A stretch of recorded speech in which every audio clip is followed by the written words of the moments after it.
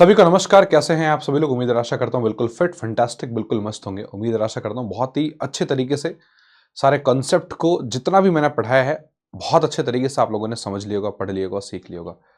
एक नई शुरुआत, एक नया कॉन्सेप्ट मैंने सोचा कि आपके बीच में रखा जाए। एक अच्छा ऐसा कॉन्सेप्ट जो मतलब बहुत बहुत बहुत ज़्यादा इंपॉर्टेंट कॉन्सेप्ट है। मैंने सोचा कि उस कॉन्सेप्ट को रखा जाए जिससे कि आप सब लोग उसकी जो पकड़ है वो बहुत अच्छे तरीके से बना सकेंगे। बहुत सारे क्वेश्चंस यहाँ से पूछे जाते हैं तो थोड़ा सा उस पर पकड़ बनाना कहीं ना कहीं बहुत ज़्यादा स्वाभाविक है और बहुत अच्छे तरीके से बना सके ये बहुत अच्छी बात है। तो आइए शुरुआत करते हैं एक नए कॉन्सेप्ट की। एक नया कॉन्सेप्ट है, उस नए कॉन्सेप्ट की शुरुआत करते हैं। वो नया कॉन्सेप्ट कौन सा है? चल लिखिए जल्दी से। फर्स्ट एक नया कॉन्सेप्ट है मेरे भाई। वो नया कॉन्सेप्ट लिखिए ध्यान से। क्या लिखा हुआ है? Price determination. क्या है? मान के चलो एक नया कॉन्सेप्ट है, उस कॉन्सेप्ट का नाम है आज की क्लास में वो है प्राइस डिटर्मिनेशन। अभी देखो प्राइस डिटर्मिनेशन क्या है उस पर थोड़ा सा फोकस करते हैं। प्राइस डिटर्मिनेशन है ना, तो प्राइस डिटर्मिनेशन कह लो या मूल्य निर्धारण कह लो, एक ही बात है। ठीक है ना, मूल्य निर्धारण कह लो, एक ही बात है। एक मिनट सुनो।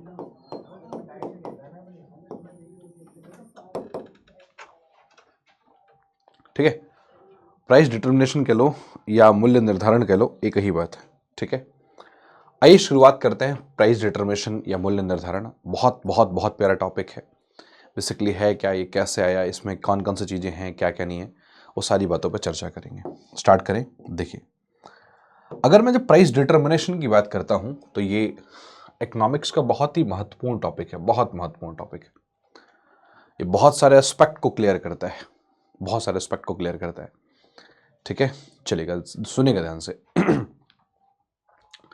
इसको समझाने से पहले मैं एक एग्जांपल लेता हूं, उस एग्जांपल के जरिए मैं इसको पूरा समझाऊंगा डिटेल में। जैसे सपोज ये मार्केट है। क्या है? मार्केट।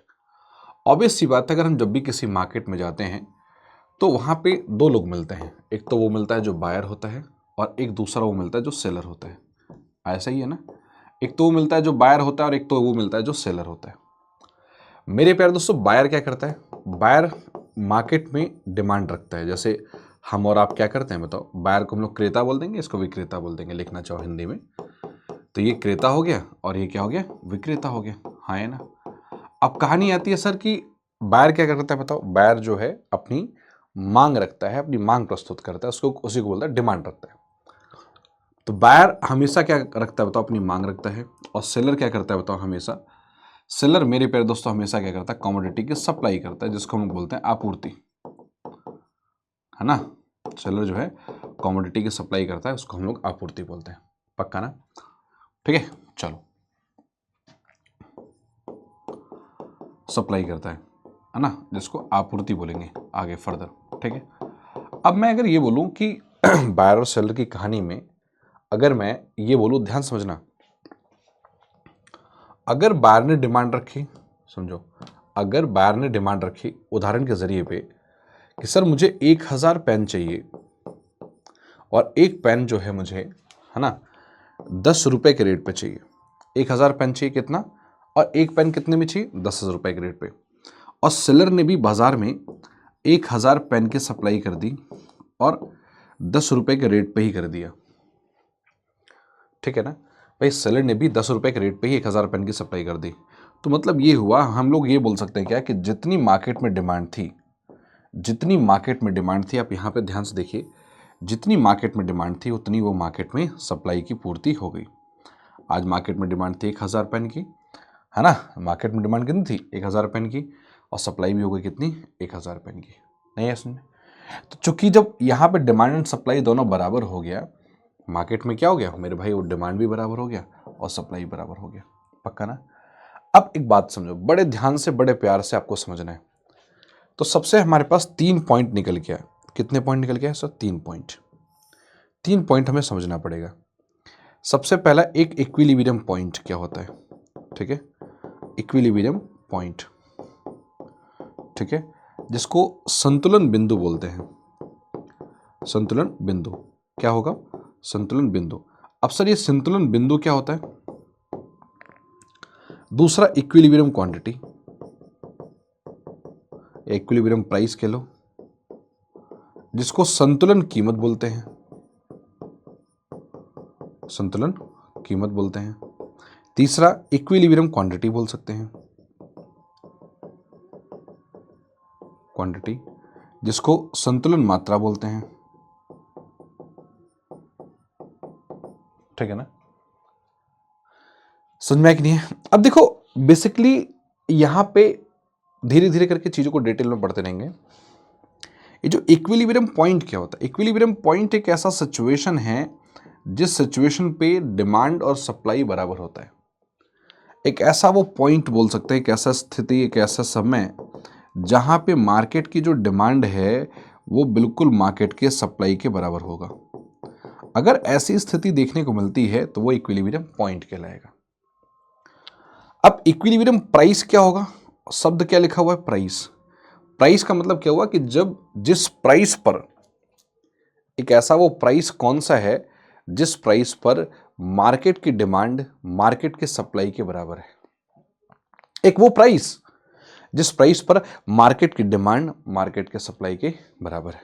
आओ देखते हैं। इक्विलिब्रियम प्राइस की बात करूं तो इक्विलिब्रियम प्राइस में क्या है? एक वो प्राइस जिस प्राइस पर मार्केट की डिमांड जो है, एक वो प्राइस है ना, जिस प्राइस पर हमारे पास जो है एक वो पर्टिकुलर प्राइस जिस प्राइस पे मार्केट की जो डिमांड है, ठीक है ना, वो बिल्कुल बराबर होना चाहिए किसके? बताओ, सप्लाई के। तो वो कौन सा प्राइस है बताओ? वो प्राइस है ये 10 रुपये। ये 10 रुपये एक ऐसा प्राइस है जिस 10 रुपये पे डिमांड एंड सप्लाई दोनों बराबर है कि नहीं? तो ये जो 10 रुपये होगा, चूंकि इस 10 रुपये पे मार्केट की डिमांड और सप्लाई दोनों बराबर है, इस वजह से इस 10 रुपये को इक्विलिब्रियम प्राइस बोलेंगे। क्या बोलेंगे? Equilibrium price. नेक्स्ट आता है हमारे पास इक्विलिब्रियम क्वांटिटी, संतुलन मात्रा। इक्विलिब्रियम क्वांटिटी होता है कि इतनी क्वांटिटी या एक वो क्वांटिटी जो बेसिकली जिस क्वांटिटी पे डिमांड और सप्लाई बराबर हो। जैसे डिमांड अगर 1000 पेन की तो 1000 पेन क्या क्वांटिटी है, सप्लाई कितना की 1000 पेन, तो 1000 पेन क्या क्वांटिटी। तो 1000 पेन की डिमांड है और 1000 पेन की सप्लाई करती, तो एक 1000 पेन एक वो क्वांटिटी देखी जिस क्वांटिटी पे डिमांड सप्लाई बराबर होगा। तो इक्विलिब्रियम क्वांटिटी कितनी होगी बताइए? इक्विलिब्रियम क्वांटिटी होगा हमारे पास 1000 पेन। समझ में आया कि नहीं है? तो इक्विलिब्रियम क्वांटिटी क्या होगा? 1000 पेन। तो ये 1000 पेन जो है वो क्या होगा? ये इक्विलिब्रियम क्वांटिटी होगा। कोई डाउट है तो एक बार जल्दी से फास्ट मुझे बताओ। अब इसके बाद ना मैं एक डायग्राम बनाऊंगा और उस डायग्राम के जरिए मैं आपको आगे वे फॉरवर्ड करूंगा कि बेसिकली पहले मैं डायग्राम आपको मैं पहले फिगर आउट करता हूँ और डायग्राम के बाद फिर मैं आगे फिर लेके चलूँगा। देखिए, मैंने आप सभी लोगों को बहुत सारी चीज़ें ऑलरेडी पढ़ाई भी हुई है ना। देखिए, एक डायग्राम मैं यहाँ पे बना रहा हूँ, जैसे सपोज ये है डायग्राम, ठीक है।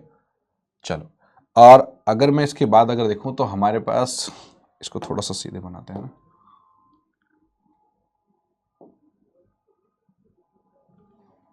चलो ठीक है, अब ये है हमारे पास। अब देखो इसमें हमारे पास ये एक लाइन मैंने दे दिया, ठीक है। डिमांड का बिल्कुल स्लोपिंग डाउनवर्ड इन डायरेक्शन होता है, ये आपने ऑलरेडी बहुत पहले पढ़ा भी होगा। ये सप्लाई कर्व है, सप्लाई कर्व बिल्कुल स्लोपिंग अपवर्ड इन डायरेक्शन होता है, ये भी आपने पढ़ा होगा, ठीक है। इस तरीके से अगर मैं बात करूँ यहाँ पे, समझो ये जो पॉइंट, एक पॉइंट है जहाँ पे डिमांड एंड सप्लाई दोनों ने आपस में इंटरसेक्ट किया, वो पॉइंट हम लोग ई बोल देते हैं। क्या बोल देते हैं? ई। तो जिस पॉइंट पे डिमांड सप्लाई आपस में उन्होंने इंटरसेक्ट किया है, समझो जिस पॉइंट पे डिमांड सप्लाई दोनों आपस में इंटरसेक्ट हुआ है, जैसे पॉइंट ई है, वो कौन सा पॉइंट है? पॉइंट ई है ना वो पॉइंट। चलो, तो इस ई पॉइंट को अभी हम लोग देखो कुछ एक नाम बोलेंगे, ये हमारे पास बहुत बढ़िया। अब कहानी सर ये आती है कि सर ये क्यों हो गया क्वांटिटी और ये हो गया प्राइस ना। नीचे लिख दिया हमने क्वांटिटी सप्लाइड, क्वांटिटी डिमांडेड, है ना, लिख दिया नीचे क्वांटिटी डिमांडेड एंड सप्लाइड। ये एक्स हो गया, ये ओ हो गया, ये वाई हो गया, ठीक है। चलो, बहुत सुंदर मेरे भाई। ये हमारे पास डी हो गया और ये हमारे पास डी हो गया डिमांड कर्व, ये हो गया सप्लाई एस, मतलब ये हो गया हमारे पास सप्लाई एस। कोई डाउट है क्या? कोई डाउट है? अच्छा, इसके बाद देखते हैं हमारे पास कहानी आती है। सर देखो, हमारे पास कहानी आती है, इसको हम थोड़ा सा आगे प्रोसीड करते हैं।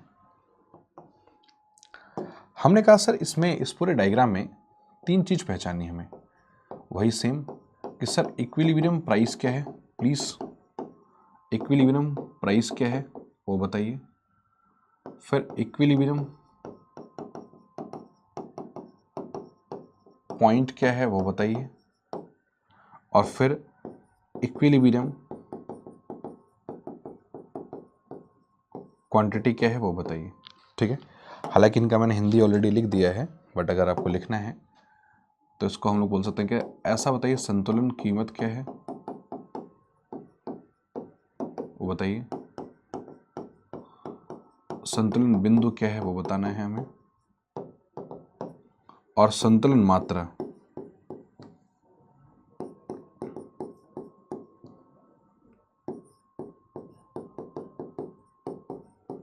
क्या है वो बताना है।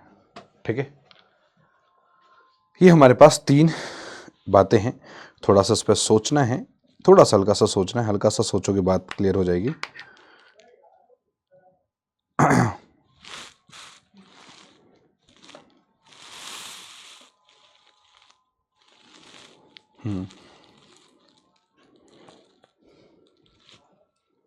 देखिए हमारे पास क्या क्या है, कैसे कैसे क्या क्या चीज़ें हम लोग इंक्लूड करेंगे, कैसे कैसे क्या क्या करेंगे, सुनो ध्यान से। हमारे पास ओपी और ओक्यू है, हमारे पास क्या है, ओपी है और ओक्यू है। ठीक, देखिए ओपी क्या है, यहाँ पे इसको वाई एक्सिस पे प्राइस लिख लो, है ना, वाई एक्सिस पे क्या है, प्राइस है, इस पे क्वांटिटी है। बेसिकली इस डायग्राम में ये देखना है कि सर सबसे पहले इक्विलिब्रियम प्राइस क्या है। इकोनॉमिक्स का नियम है कि जहां पे 2 कर्व आपस में इंटरसेक्ट करते हैं वहां पे एक दूसरे के वो बराबर होते हैं। ये अर्थशास्त्र का नियम है कि जहां पर भी कहीं भी, है ना, जहां पर भी 2 कर्व अगर आपस में इंटरसेक्ट करेंगे तो वो एक दूसरे के बराबर होंगे, उसमें कोई भी 2 शक नहीं है। अब अगर मान लीजिए ये जो पॉइंट ई है ना, ये जो पॉइंट ई है, अगर इस पॉइंट ई पे अगर ये आपस में इंटरसेक्ट करते हैं, समझो ये जो पॉइंट ई है ना, इस पॉइंट ई पे अगर ये आपस में इंटरसेक्ट कर रहे हैं, ठीक है, तो एक दूसरे के क्या होंगे, बराबर होंगे। तो चूंकि एक दूसरे के बराबर होंगे, इस वजह से इसको हम लोग क्या बोलेंगे, इस पॉइंट को इक्विलिब्रियम पॉइंट बोलेंगे। क्यों, क्योंकि ये एक दूसरे के बराबर है। क्यों, क्योंकि डिमांड सप्लाई बिल्कुल एक दूसरे इंटरसेक्ट कर रहे हैं, है ना। सो इस पूरे डायग्राम में जो पॉइंट ई है ना, इज द क्या है, इक्विलिब्रियम पॉइंट। बोलो है कि नहीं है, क्यों है, क्योंकि वहां पे बाजार की जो मार्केट में डिमांड एंड सप्लाई क्या है, are exactly equal to each other. नहीं है भाई, बिल्कुल इक्वल टू ईच अदर, कि एक ऐसा सिचुएशन जहां पे डिमांड सप्लाई एक दूसरे के बिल्कुल क्या है, बताओ, बिल्कुल बराबर है, तो वो एक इक्विलिब्रियम पॉइंट कहलाएगा। क्या कहलाएगा बताओ, इक्विलिब्रियम पॉइंट कहलाएगा। क्लियर है कि नहीं है, इक्विलिब्रियम पॉइंट बेसिकली क्या होता है, क्या है, कैसे है, सारी चीजें।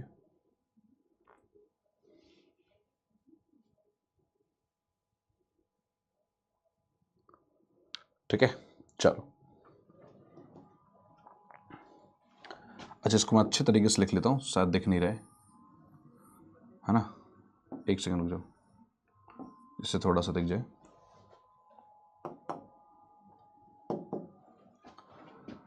Point where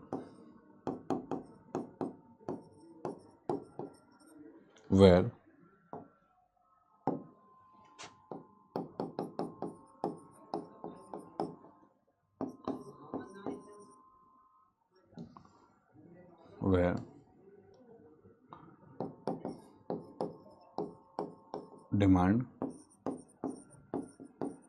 and supply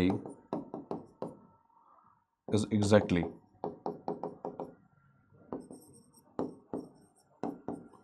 equal to each other। एक ऐसा पॉइंट जहां पे डिमांड एंड सप्लाई एक दूसरे के क्या होते हैं, बताओ, बराबर होते हैं। पक्का ना। अब इक्विलिब्रियम क्वांटिटी की बात करते हैं, तो अभी हमारे पास इक्विलिब्रियम पॉइंट क्या है बताओ, ये है हमारे पास पॉइंट ई। पॉइंट ही क्या है, ये इक्विलिब्रियम पॉइंट है। अब आता है सर इक्विलिब्रियम प्राइस क्या है। सर इक्विलिब्रियम प्राइस जो होगा हमारे पास ये ओपी होगा, देख रहे हैं ना। इक्विलिब्रियम प्राइस क्या होगा, इक्विलिब्रियम प्राइस ये ओपी होगा। तो ओपी इज इक्विलिब्रियम प्राइस। तो इसलिए चूंकि ओपी एक इक्विलिब्रियम प्राइस है, इस वजह से हम लोग बोलेंगे क्या कि सर हियर है ना, OP is a equilibrium price. मतलब सर मतलब ये हुआ कि price where, price at which, एक वो प्राइस जहां पे मार्केट की जो डिमांड है बिल्कुल बराबर हो किसकी, बताओ, सप्लाई की। प्राइस एट विच मार्केट की जो डिमांड है वो किसके बराबर हो, सप्लाई की।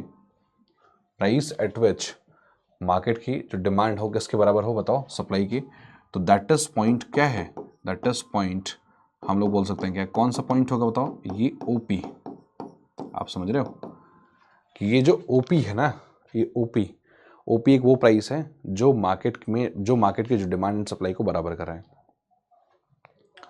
इक्विलिब्रियम क्वांटिटी एक वो क्वांटिटी है जिस क्वांटिटी पे मार्केट की डिमांड और मार्केट की सप्लाई एक दूसरे के बराबर है। अब ये OQ जो क्वांटिटी है, ठीक है, तो OQ क्वांटिटी एक ऐसी क्वांटिटी है जिस क्वांटिटी पे मार्केट की डिमांड मार्केट के सप्लाई के बराबर है। समझो कौन सी क्वांटिटी, OQ क्वांटिटी। और देखते हैं तो क्वांटिटी वेयर है ना, क्वांटिटी वेयर या क्वांटिटी एट विच, लिख लो quantity eight which market demand is exactly equal to supply, पक्का ना। दैट इज पॉइंट कौन सा है मुझे बताओ, पॉइंट है हमारे पास OQ। कौन सा पॉइंट है, OQ। कोई डाउट है क्या, है ना। That is the point OQ। हमारे पास तीन बातें हैं, तीनों बातों को थोड़ा सा ध्यान से समझना। पहली बात ये है, दूसरी बात हमारे पास ये है, तीसरी बात ये है। अगर ये तीनों बात समझ में आ गई फिर तो कोई तकलीफ नहीं होगी। इसको नोट डाउन कीजिए। अगर ये तीनों बातें अच्छे तरीके से समझ में आ गई फिर तो कोई दिक्कत वाली बात नहीं है। बस ये तीनों बातों की समझ बहुत अच्छी होनी चाहिए, बहुत अच्छी समझ होना चाहिए, इस पे पकड़ बहुत अच्छी होनी चाहिए।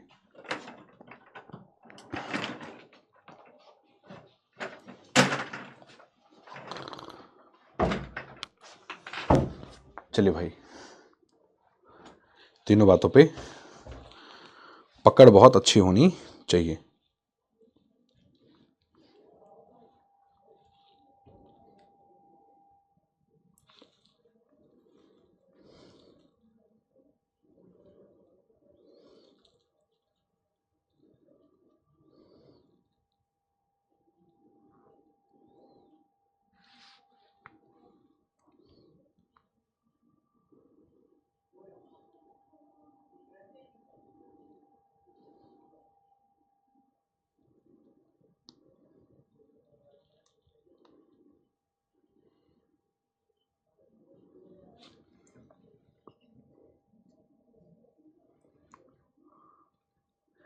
ठीक है जी, अभी इसको एक बार दोबारा रिवाइज कराता हूँ, ठीक है। एक बार इसको जल्दी से फास्ट नोट डाउन कर लो, फास्ट एक बार, सभी लोग फास्ट एक बार जल्दी से इसको नोट डाउन कर लो। देन फिर हम लोग इसको फिर वापस से एक बार वापस से रिवीजन कर लेंगे, वापस से इसको पढ़ लेंगे तो अच्छे तरीके से और अच्छे तरीके से समझ में आ जाएगा।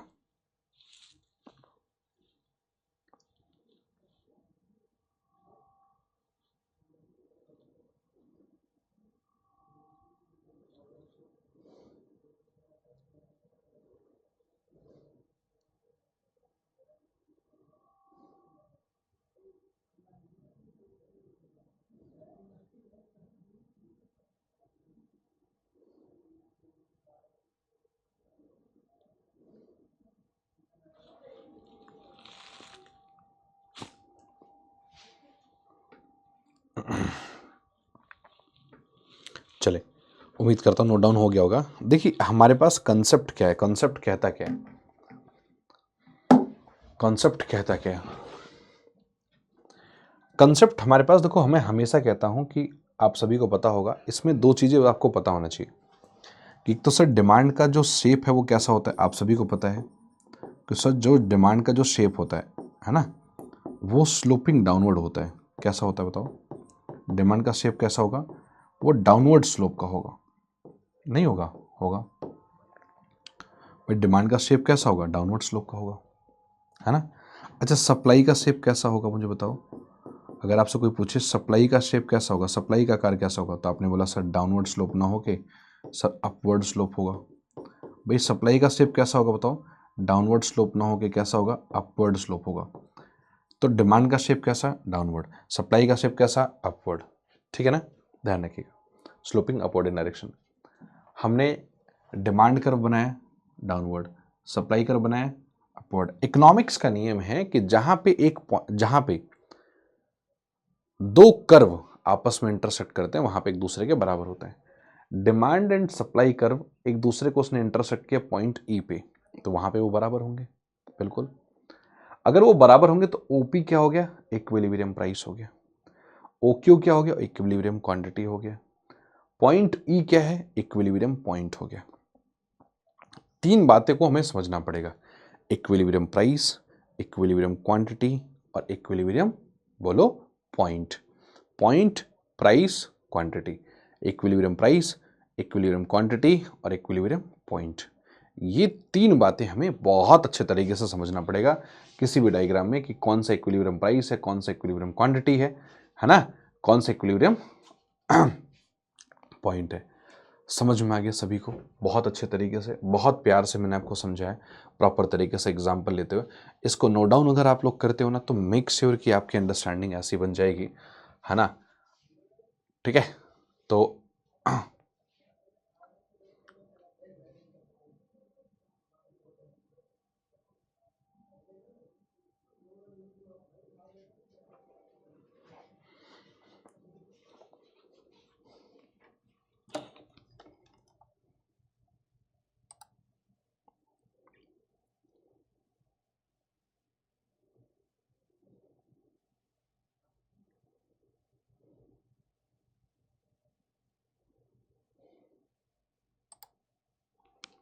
चलो आगे डिस्कस करें, आगे डिस्कस करें भाई, बोलो जल्दी से फास्ट।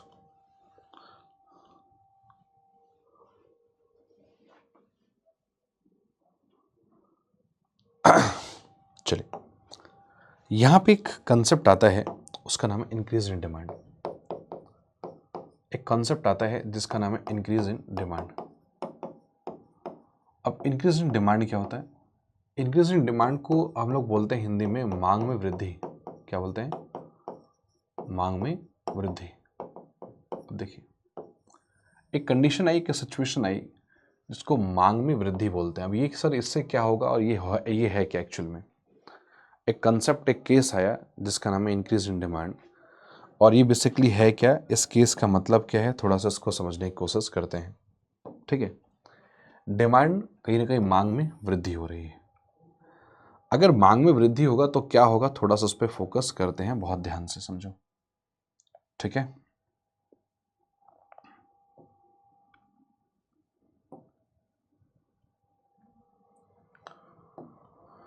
चलिए, ये हो गया हमारे पास डिमांड कर्व।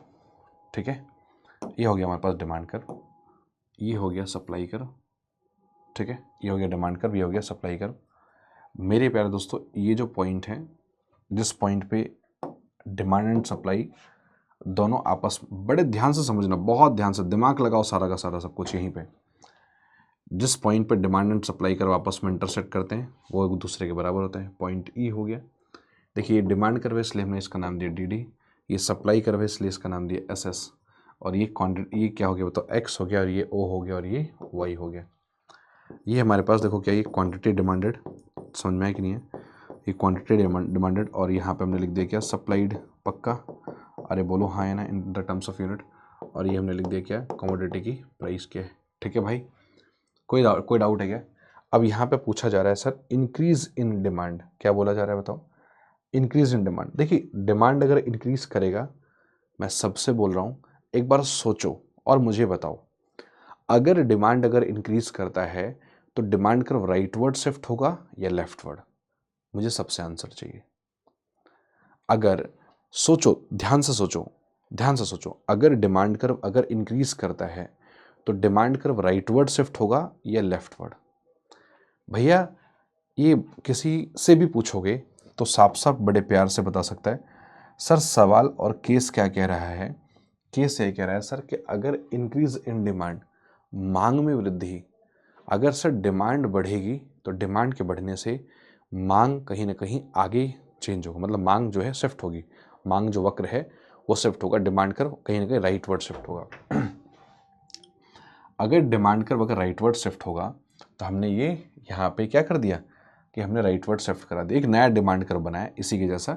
बट चूंकि केस क्या कहता है, केस ये कह रहा है कि सर इंक्रीज इन डिमांड, ये केस है, तो इंक्रीज इन डिमांड के केस में डिमांड कर्व कहाँ शिफ्ट हो गया? राइटवर्ड शिफ्ट हो गया। मेरी बात आपको समझ में आया कि नहीं है? देखो मैं एक एरो की तरह मैं मार्क भी कर दूंगा, देखो ये एक एरो मार्क कर दिया कि ये दिखा रहा है कि सर जो ये जो डिमांड कर्व है वो यहाँ से यहाँ भाग गया, ठीक है। और एक नया मैं यहाँ पे मार्किंग अगर मैं करूँगा, ठीक है, तो नया मार्किंग करूँगा तो मैंने लिख दिया D1 और इसको लिख दिया क्या? D1, ठीक है।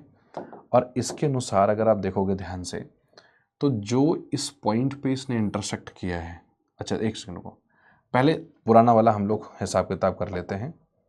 पहले पुराना वाला जो है ये इसको एज इट इज कर दो भाई, बिल्कुल एक सिंगल, पहले एज इट इज, ठीक है। ये OQ हो गया और ये OP हो गया, पक्का ना? ठीक है। अब इसके बाद अगर मैं बात करूं यहाँ पे समझो,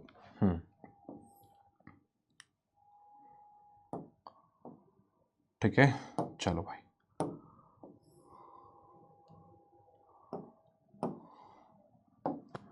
ये OQ1 हो गया और ये OP1 हो गया, पक्का। ये अगर पॉइंट E है, अगर ये पॉइंट E है तो ये पॉइंट E1 हो गया, ये पॉइंट क्या हो गया? E1। एक नया इक्विलिब्रियम पॉइंट हो गया, एक नया इक्विलिब्रियम पॉइंट हो गया, ठीक है। देखिए यहाँ पे पहले मैं गिवन लिखना चाहूँगा कि क्या क्या कौन कौन सी चीज़ें क्या क्या हैं, और गिवन को देख के बताइएगा कि आपको समझ में आया कि नहीं है, ठीक है। पहले गिवन देखिएगा और गिवन देख के बताइएगा कि क्या क्या ये चीज़ें आपको समझ में आई या नहीं आई। सुनिएगा ध्यान से। सबसे इम्पॉर्टेंट बात क्या है? सबसे इम्पॉर्टेंट बात ये है कि हमारे पास ये पॉइंट E क्या है, तो हमारे पास सबसे पहले ये पॉइंट E क्या है, तो पॉइंट E है हमारे पास वो है इक्विलिब्रियम पॉइंट। क्या है?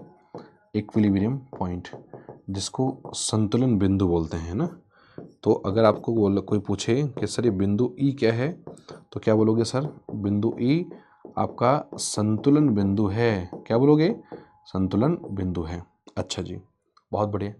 अच्छा सर पॉइंट E के साथ है ना, इक्विलिब्रियम पॉइंट है, पॉइंट E है एक और एक पॉइंट E1 है। ध्यान से देखो, एक तो पॉइंट E है और एक क्या है? पॉइंट E1 है कि नहीं है? तो चूंकि पॉइंट E1 क्या है, कोई बता सकता क्या? तो पॉइंट E1 भी संतुलन बिंदु है। सुनो सुनो ध्यान से, पॉइंट E1 भी संतुलन बिंदु है, बट पॉइंट E अगर इक्विलिब्रियम पॉइंट है तो पॉइंट E1 क्या हो जाएगा? न्यू इक्विलिब्रियम पॉइंट, नया इक्विलिब्रियम पॉइंट है, नया संतुलन बिंदु। पॉइंट E1 क्या हो जाएगा? नया संतुलन बिंदु, पक्का ना? तो पॉइंट E1 क्या हो जाएगा? पॉइंट E1 हो जाएगा न्यू इक्विलिब्रियम पॉइंट। नहीं है सुन में, पॉइंट E1 क्या हो जाएगा? न्यू इक्विलिब्रियम पॉइंट या नया संतुलन बिंदु, पक्का नया संतुलन बिंदु। कोई डाउट है क्या? बोलो जल्दी से फास्ट, नया संतुलन बिंदु, है ना? चलो बहुत सुंदर, नया संतुलन बिंदु। अच्छा इसके बाद हमारे पास देखो DD एंड SS क्या है? डिमांड कर्व है। DD की बात करूं चाहे मैं SS की बात करूं तो वो क्या है? दोनों डिमांड एंड सप्लाई कर्व है। एक डिमांड कर्व है, डिमांड एंड सप्लाई कर्व है कि नहीं? अच्छा मेरे भाई एक और चीज मिली है, वो है D1 नाम की चीज। ये सर D1 क्या है? D1 क्या है? एक नया डिमांड कर्व है। D1 क्या है मेरे भाई? नया डिमांड कर्व। क्या बोलेंगे? एक न्यू डिमांड कर्व है। मेरी बात आपको समझ में है कि नहीं है? D1 क्या है? एक नया डिमांड कर्व है जिसको न्यू डिमांड कर्व बोलते हैं, ठीक है? समझ में कि नहीं? D1 क्या है? D1 ये नया डिमांड कर्व है, पक्का। मेरे प्यारे दोस्तों अगर मैं बात करूं आगे फर्दर, अब एक है हमारे पास OP और OQ। आप समझो एक OP है and O Q, OP and O Q क्या है बता सकते हो? चलो ओपी क्या है और ओ क्यू क्या है, थोड़ा सा सोचिए। चलिए बताइए, सब लोग बताइए। इस डायग्राम में अभी मैंने थोड़ी देर पहले पढ़ाया था इस पूरे पुराने डायग्राम में कि ओपी और ओ क्यू क्या है। ठीक है, अब मैं आपको वापस से पूछता हूँ, इस डायग्राम में ओपी और ओ क्यू क्या है? थोड़ा सा सोचिए और बताइए, कोशिश कीजिए बताने की। जी हो, कोशिश कीजिए बताने की।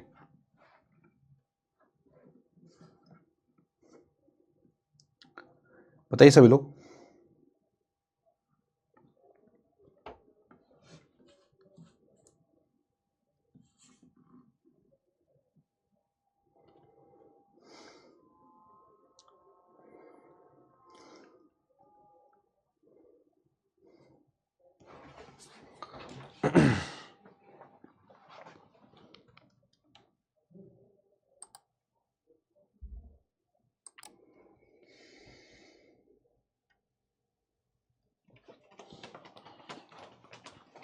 मैंने यहाँ पे पूछा ये सर ओपी बताओ और ओ क्यू क्या है, ओपी और ओ क्यू क्या है?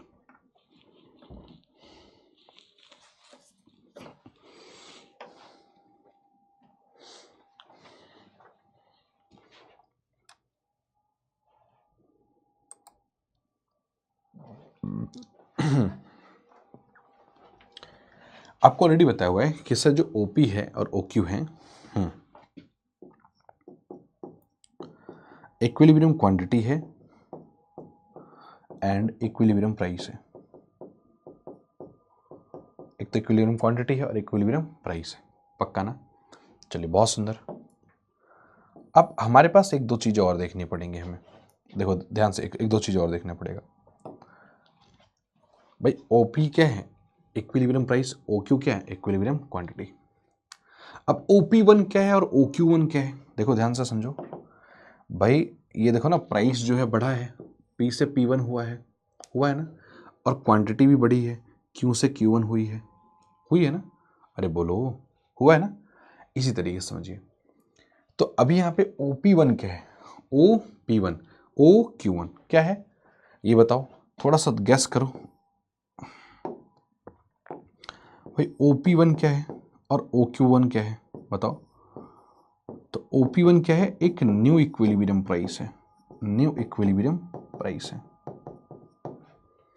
OQ1 क्या है? एक न्यू इक्विलिब्रियम क्वांटिटी है, न्यू इक्विलिब्रियम क्वांटिटी है। समझ में कि नहीं भाई? OP1 क्या है समझो, ये जो OP1 है न्यू इक्विलिब्रियम प्राइस, OQ1 क्या है? New equilibrium quantity. हमें इसको समझना पड़ेगा। और अगर मैं आपसे थोड़ा सा एक बात पूछूं, देखिए सवाल जो पूछा जाता है वो पूछा जाता है सर इसका रिजल्ट क्या है? क्या है बताओ? हमारे लिए जो ज़रूरी है वो ये जानना ज़रूरी है, वो विद्यार्थी बिल्कुल इसमें परफेक्ट हो जाएगा जिसको रिजल्ट पता होगा, जिसको रिजल्ट पता होगा। अब सर रिजल्ट का मतलब क्या होगा? रिजल्ट का मतलब क्या पता होगा? समझिए कि सर जो ये डिमांड इंक्रीज हुआ है, डिमांड के इंक्रीज होने से प्राइस पर क्या प्रभाव पड़ा और क्वांटिटी पे क्या प्रभाव पड़ा, इसकी पकड़ होनी चाहिए। अगर डिमांड अगर इंक्रीज हुआ है ना, मेरी बात आपको समझ में है कि नहीं है? गुड मॉर्निंग अंकित। देखो ध्यान समझो, हमारे पास रिजल्ट की अगर मैं बात करूं तो रिजल्ट में हमारे पास OP से OP1 हुआ, OQ से OQ1 हुआ। अभी यहां पे एक बात बताओ, रिजल्ट में क्या होगा? रिजल्ट में क्या हुआ? तो रिजल्ट में ये हुआ कि आपने कहा सर केस ये है इंक्रीजिंग डिमांड। कानों को खोलो और ध्यान से सुनो। केस है सर इंक्रीजिंग डिमांड। तो सर डिमांड के इंक्रीज होने से, सर प्राइस बढ़ी है। सर प्राइस साफ साफ दिख रहा है, OP से OP1 हो गया, हुआ ना? और सर डिमांड के इंक्रीज होने से सर क्वांटिटी भी इंक्रीज हुई है। कैसे? सर OQ से OQ1 हो गया। ठीक, यही कहानी है हमारे पास जो हमें पढ़ना था। सो ड्यू टू, है ना, समझो, due to increase in demand, क्या बोलेंगे sir? Due to increase in demand, due to increase in demand. अब मुझे बताओ डिमांड के इंक्रीज होने से सर क्या हुआ बताओ? प्राइस राइजेस, प्राइस में राइज फ्रॉम, ठीक है, from OP to OP1, OP to OP1। भाई प्राइस जो है OP से OP1 राइज कर दिया, और क्वांटिटी कैसे राइज करेगी? OQ to OQ1। And quantity also rises, कैसे कैसे राइज करिए, from OQ to OQ1, OQ to OQ1, quantity also rise करिए कैसे भाई, OQ से OQ1 तक। कोई डाउट है क्या, बोलो जल्दी से फास्ट। क्वांटिटी ऑल्सो, ये रिजल्ट आ गया, quantity also rises from OQ to OQ1। कोई डाउट है इसमें, मुझे बताओ। इसमें ये रिजल्ट समझ में आया कि नहीं है?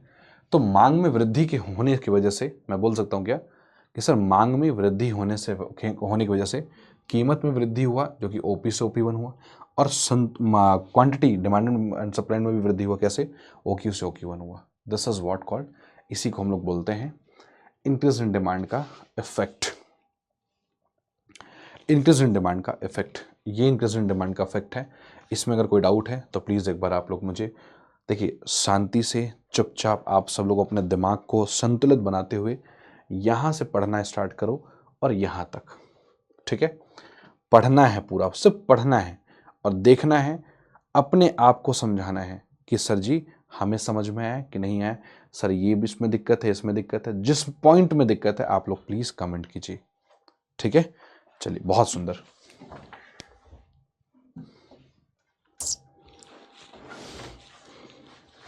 बताइए भाई सभी लोग।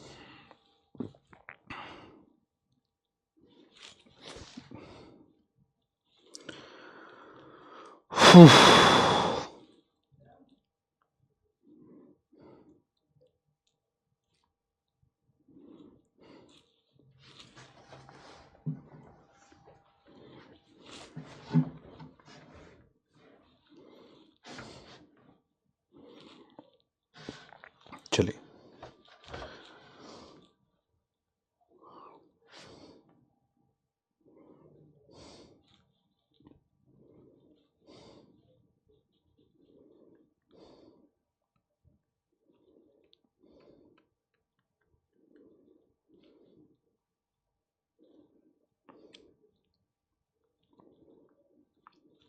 ध्यान से देखना, ध्यान से, एकदम ध्यान से देखो।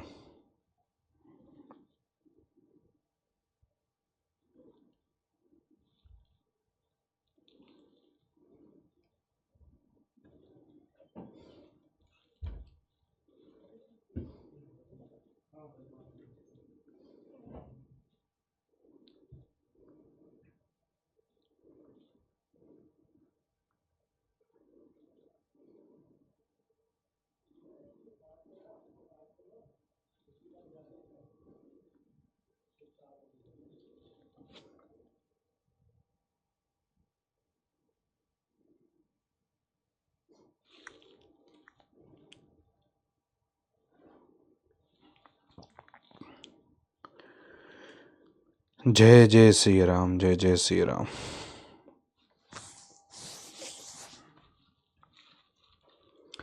पहले ध्यान से ना, बिल्कुल इंक्रीज इन डिमांड जो लिखा हुआ है उसी को बिल्कुल एकदम एज इट इज प्रॉपर तरीके से यहाँ पे समझना है, और फिर अगर कोई डाउट है तो मुझसे पूछना है। देखो यहाँ पे मैं आपको वर्बली बता रहा हूँ, कोशिश करो थोड़ा सा समझने की। हमारे पास डिमांड है, सप्लाई, डिमांड कर्व है, सप्लाई कर्व है ना कि नहीं है? बिल्कुल है। तो चूंकि डिमांड कर्व है, चूंकि सप्लाई कर्व है, अभी डिमांड एंड सप्लाई कर्व की हम लोग बात कर रहे हैं, ठीक है। कैसे एक दूसरे से वो इंटरलिंक करता है, कैसे बेसिकली एक दूसरे से इंटरलिंक करता है, उस पर फिर हम लोग अभी चर्चा करेंगे। भाई अभी हमने देखा डिमांड कर्व और सप्लाई कर्व। तो चूंकि डिमांड कर्व और सप्लाई कर्व चूंकि क्या है बताओ, एक दूसरे को इसने इंटरसेक्ट किया किस पॉइंट पे, पॉइंट ई पे। डिमांड और सप्लाई कर्व एक दूसरे को उसने किस किस पॉइंट पे इंटरसेक्ट किया है, पॉइंट ई पे। तो चूंकि डिमांड सप्लाई दोनों पॉइंट ई पे इंटरसेक्ट कर रहे हैं, फिर से समझा रहा हूँ, समझो। चूंकि डिमांड एंड सप्लाई वो पॉइंट ई पे इंटरसेक्ट कर रहे हैं, किस पे, पॉइंट ई पे। डिमांड सप्लाई किस पे इंटरसेक्ट कर रहे हैं बताओ, पॉइंट ई पे इंटरसेक्ट करें, इसलिए हमने क्या बोल दिया, उस पॉइंट ई को क्या बोल दिया हमने, बोलो, उस पॉइंट ई को बोल दिया हमने सर जी इक्विलिब्रियम पॉइंट।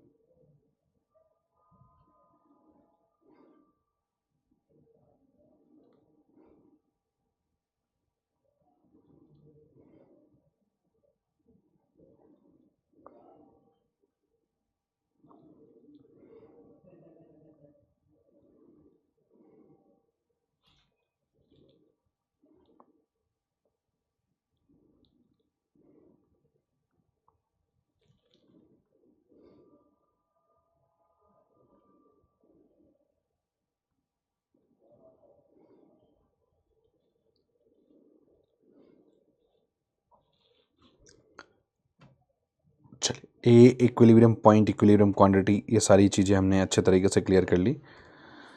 अब आओ एक बार थोड़ा सा एक क्विक रिवीजन करके हम लोग इसको देख लेते हैं, फिर उसके बाद हम लोग एक नए केस की तरफ बढ़ेंगे, है ना।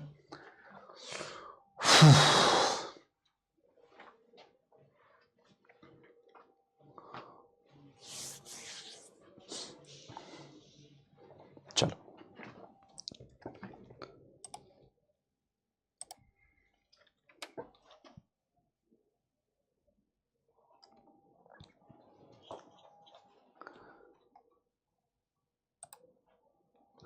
चलो ध्यान से देखो, बस ध्यान से, है ना, देखना सिर्फ ध्यान से है।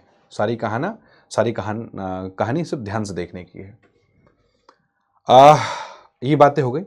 चलो चेन इफेक्ट बाद में बताएंगे इसमें। एक मैं केस दूसरा बढ़ा रहा हूं मैं आपको, ठीक है। किसी भी एक केस को देख लो, किसी भी एक केस को देख लो, किसी भी एक केस को देखोगे अपने आप समझ में आ जाएगा। Decrease in demand. अच्छा, डिक्रीज इन डिमांड को मैं हिंदी में क्या लिख सकता हूं सर जी? मांग में कमी, मांग में कमी। डिक्रीज इन डिमांड का मतलब सर ये हुआ मांग में कमी। सर डिमांड कम हो रहा है। अच्छा, डिमांड कम हो रहा है मतलब क्या हुआ? मैं एक एज इट इज मैं पहले डायग्राम ड्रॉ करता हूं, ध्यान से समझना। मांग में कमी का मतलब सर अगर मैं डायग्राम ड्रॉ करूं तो कुछ इस तरीके से सर हमारे पास ये डिमांड कर्व का स्लोप कैसा होता है? डाउनवर्ड। सप्लाई कर्व का स्लोप कैसा होता है? अपवर्ड। हो गया। अब दोनों ने आपस में इंटरसेक्ट किस पॉइंट पे किया? पॉइंट इस पे, ठीक है ना, पॉइंट इस पे। सप्लाई का देखो ये कहाँ पे इंटरसेक्ट किया? इस पे। अब देखो ध्यान से, ये ओ क्यू क्वान्टिटी हो गई और ये ओ पी प्राइस हो गया, ये डिमांड कर्व डी डी हो गया, ये सप्लाई कर्व एस एस हो गया, ये पॉइंट हो गया, है ना, ये point E is equilibrium point. मेरी बात आपको समझ में कि नहीं? ये सारा का सारा हमने देख लिया, ठीक है।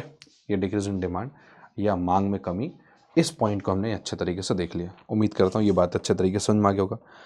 ये बताओ अभी यहाँ पे इतनी बातें समझ में आई कि नहीं आई? इतनी बातें समझ में आ गई। बस अब आगे देखो, ये x है, ये x है, ये O है और ये y है। बोलो हाँ है ना। चूंकि इधर क्वांटिटी है, डिमांड एंड सप्लाई दोनों बनाया हुआ है, इसलिए मैंने डाल दिया क्या? Quantity supplied and demanded. अरे बोलो हाँ है ना। इधर प्राइस है, P है, तो इसको हमने बोल दिया क्या? प्राइस, उसको, है ना। चलो जी, अब बताओ यहाँ पे ये जो पॉइंट E क्या है? इकोनॉमिक्स का नियम मैंने आपको पहले भी पढ़ाया था, अभी भी बोल रहा हूँ कि सर एक वो पॉइंट जिस पॉइंट पे डिमांड एंड सप्लाई दोनों बराबर होते हैं, एक वो पॉइंट, एक वो बिंदु जहाँ पे डिमांड सप्लाई दोनों बराबर होते हैं, वहाँ पे एक दूसरे के क्या होंगे? वो कर्व बराबर होंगे। जैसे पॉइंट ई क्या है? पॉइंट ई एक ऐसा पॉइंट है, पॉइंट ई एक ऐसा पॉइंट है जिस पॉइंट पे डिमांड एंड सप्लाई दोनों बराबर हैं। देखो या दोनों आपस में एक दूसरे को कट कर रहे हैं। पॉइंट ई क्या है? एक वो पॉइंट है जिस पॉइंट पे डिमांड और सप्लाई दोनों एक दूसरे को कट कर रहे हैं, तो मतलब दोनों एक दूसरे के बराबर होंगे। तो पॉइंट ई पे क्या है? पॉइंट ई एक इक्विलिब्रियम पॉइंट कहलाएगा। तो पॉइंट ई क्या कहलाएगा बताओ? पॉइंट ई एक इक्विलिब्रियम पॉइंट कहलाएगा। तो इक्विलिब्रियम पॉइंट क्या हुआ भाई? बताओ एक बार जल्दी से भाई। पॉइंट ई क्या कहलाएगा? Equilibrium point. कोई डाउट है क्या? पॉइंट ई इक्विलिब्रियम पॉइंट कहलाएगा। अभी ओपी क्या कहलाएगा? बताओ बताओ। ये ओपी एक वो प्राइस है जिस प्राइस पे डिमांड और सप्लाई कट कर रहा है। किस प्राइस पे? ओपी प्राइस पे। तो चूंकि ओपी प्राइस पे कट कर रहा है तो वो इक्विलिब्रियम प्राइस कहलाएगा। तो इक्विलिब्रियम प्राइस क्या कहलाएगा बताओ? Point OP. समझ में कि नहीं है? ओपी जो होगा वो इक्विलिब्रियम प्राइस कहलाएगा। भाई ये जो डिमांड है और जो सप्लाई है, कितनी क्वांटिटी पे कट हो रहा है? सीधी खींचते हो ओ क्यू। तो ये जो ओ क्यू है वो इक्विलिब्रियम क्वांटिटी कहलाएगा। समझ में कि नहीं है? जो इक्विलिब्रियम क्वांटिटी क्या होगा बताओ? Point O Q. समझ में आया कि नहीं है? फिर से मैंने आपको क्या बता दिया? इक्विलिब्रियम प्राइस, इक्विलिब्रियम क्वांटिटी, है ना। ये सारी की सारी चीज़ें समझ में आ गई होंगे। बोलो आया समझ में कि नहीं है? हो, ठीक है। चल अब इसके बाद अगर मैं बात करूं यहाँ पे फर्दर, अगर वे फॉरवर्ड करते हैं, यहां पे क्या बोला हुआ है, यहां पे बोला हुआ है sir ji decrease in demand. क्या बोला हुआ है? डिक्रीज इन डिमांड यानी मांग में कमी। तो डिक्रीज इन डिमांड यानी मांग में कमी कहीं ना कहीं कहाँ शिफ्ट होगा? बिल्कुल ये बैकवर्ड शिफ्ट होगा। कहाँ शिफ्ट होगा? ये बैकवर्ड शिफ्ट होगा। तो चूंकि बैकवर्ड शिफ्ट होगा, क्योंकि भाई अगर मांग में वृद्धि अगर आगे शिफ्ट होता है तो मांग में कमी कहाँ शिफ्ट होगा? पीछे। भाई अगर मांग में वृद्धि, इंक्रीज इन डिमांड का राइटवर्ड शिफ्ट होता है तो मांग में जो कमी होगा वो कहाँ शिफ्ट होगा? बैकवर्ड शिफ्ट होगा, है ना? ठीक है। डिमांड अगर, तो डिमांड कर्व हमने क्या किया? बैकवर्ड शिफ्ट करा दिया। ये नया डिमांड कर्व हमने बना दिया D1 और हमने एरो से दिखा दिया कि भैया देखो ये डिमांड कर्व पीछे की तरफ गई है ना। अगर मैं आपसे पूछूं यहाँ पे, ठीक है, तो एक वो पॉइंट जिस पॉइंट पे, है ना, इसने सप्लाई कर्व को इंटरसेक्ट किया, वो पॉइंट ये है। भाई ये जो डिमांड कर्व है इसने सप्लाई कर्व को किस पॉइंट पे इंटरसेक्ट किया? इस पॉइंट पे, ठीक है। और ये हमने कर दिया ना। इससे क्या हुआ कि एक हमारे पास नई क्वांटिटी आ गई OQ1 और एक नया प्राइस आ गया क्या? OP1 आ गया ना। जिस पॉइंट पे सप्लाई कर्व को उसने कट किया है। तो अगर ये ई है तो ये क्या हो जाएगा? एक नया E1 हो जाएगा। एक ये ई है तो एक नया क्या हो जाएगा? बताओ, ये E1 हो जाएगा। समझ में कि नहीं है? बोलो। अगर ये ई है तो ये क्या हो जाएगा? बताओ, ये एक E1 हो जाएगा। पक्का? ये E1 हो जाएगा।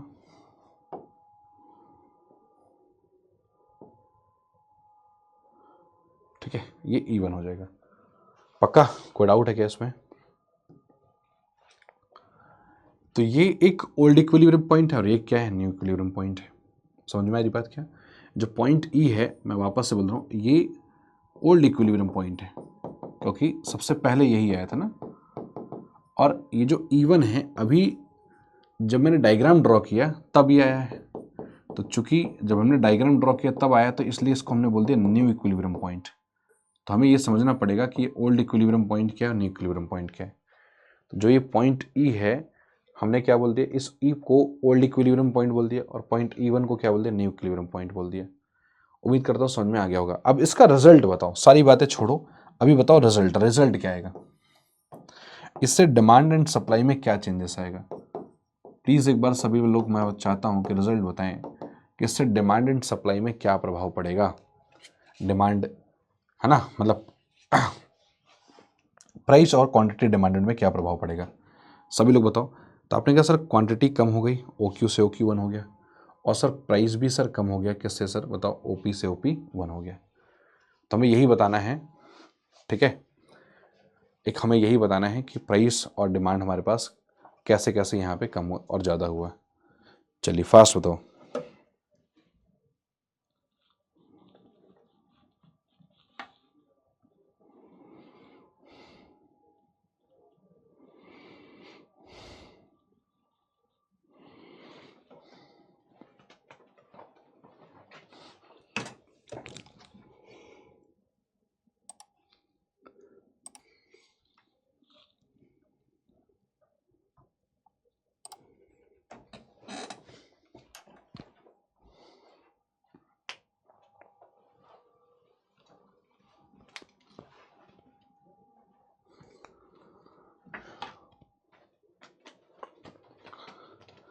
सभी लोग जल्दी से फास्ट एक बार इसका आंसर फिगर आउट करेंगे भाई।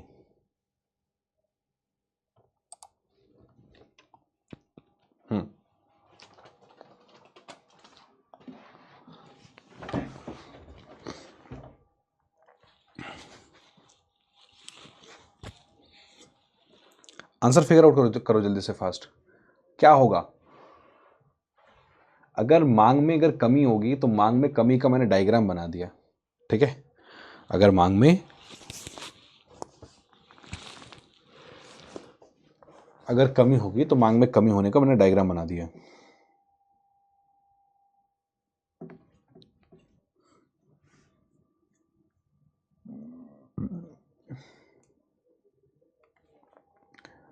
सोचिए, एक बार सोचिए।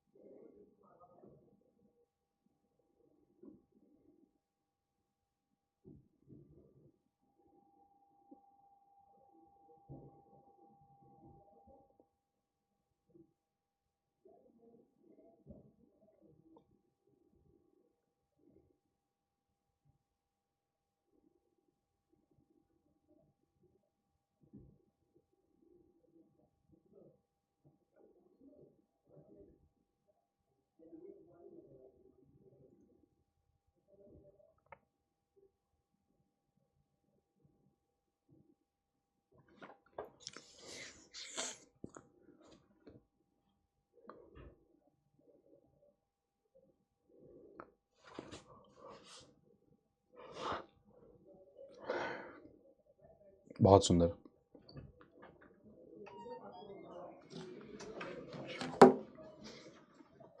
टॉपिक बहुत सुंदर है भाई। इसका रिजल्ट बताओ, रिजल्ट क्या होगा? बिल्कुल सही बात है।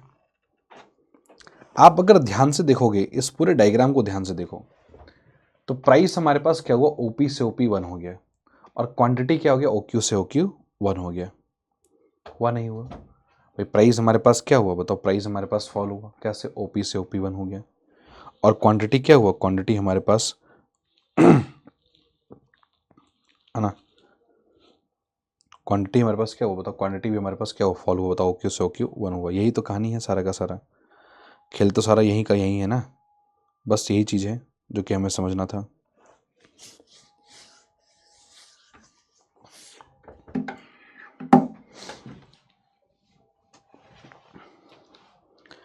देखो सारे सिद्धांत आपको यहाँ पे देखने को मिलेंगे। देखो यहाँ पे लिखोगे due to decrease in demand.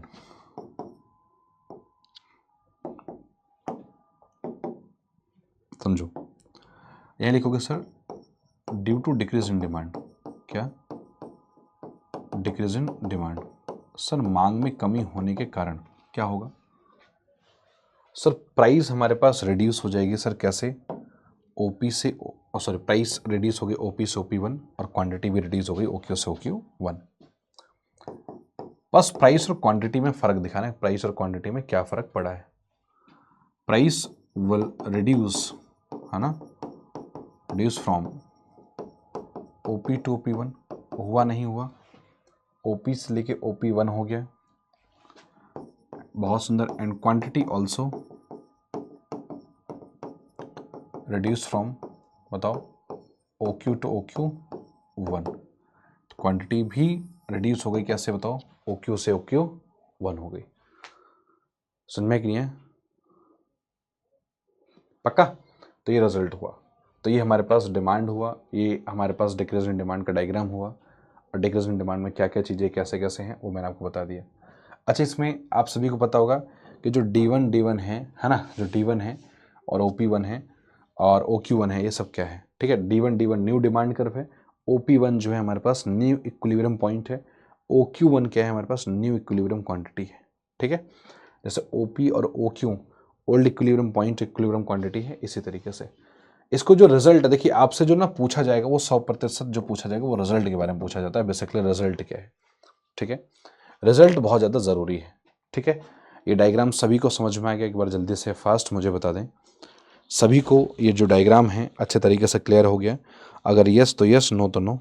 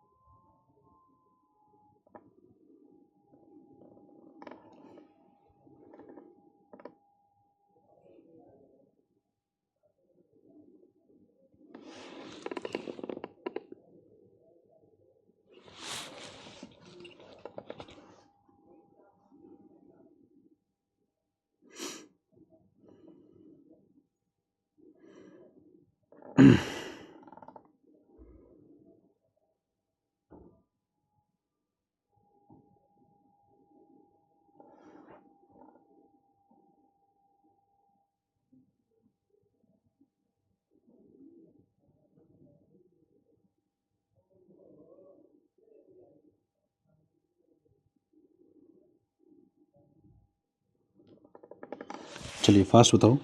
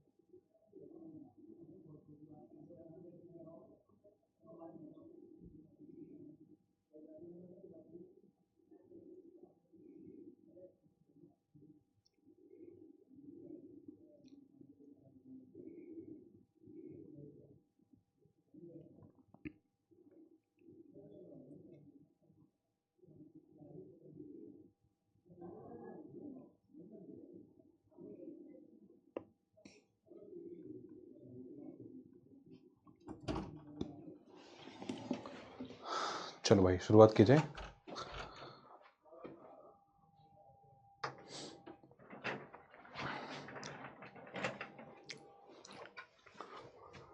अब केस नंबर तीसरा अगर मैं आपसे बोलूं, कोशिश करना है ना, इंक्रीज इन सप्लाई का डायग्राम बनाना है। इंक्रीज इन सप्लाई यानी आपूर्ति में वृद्धि।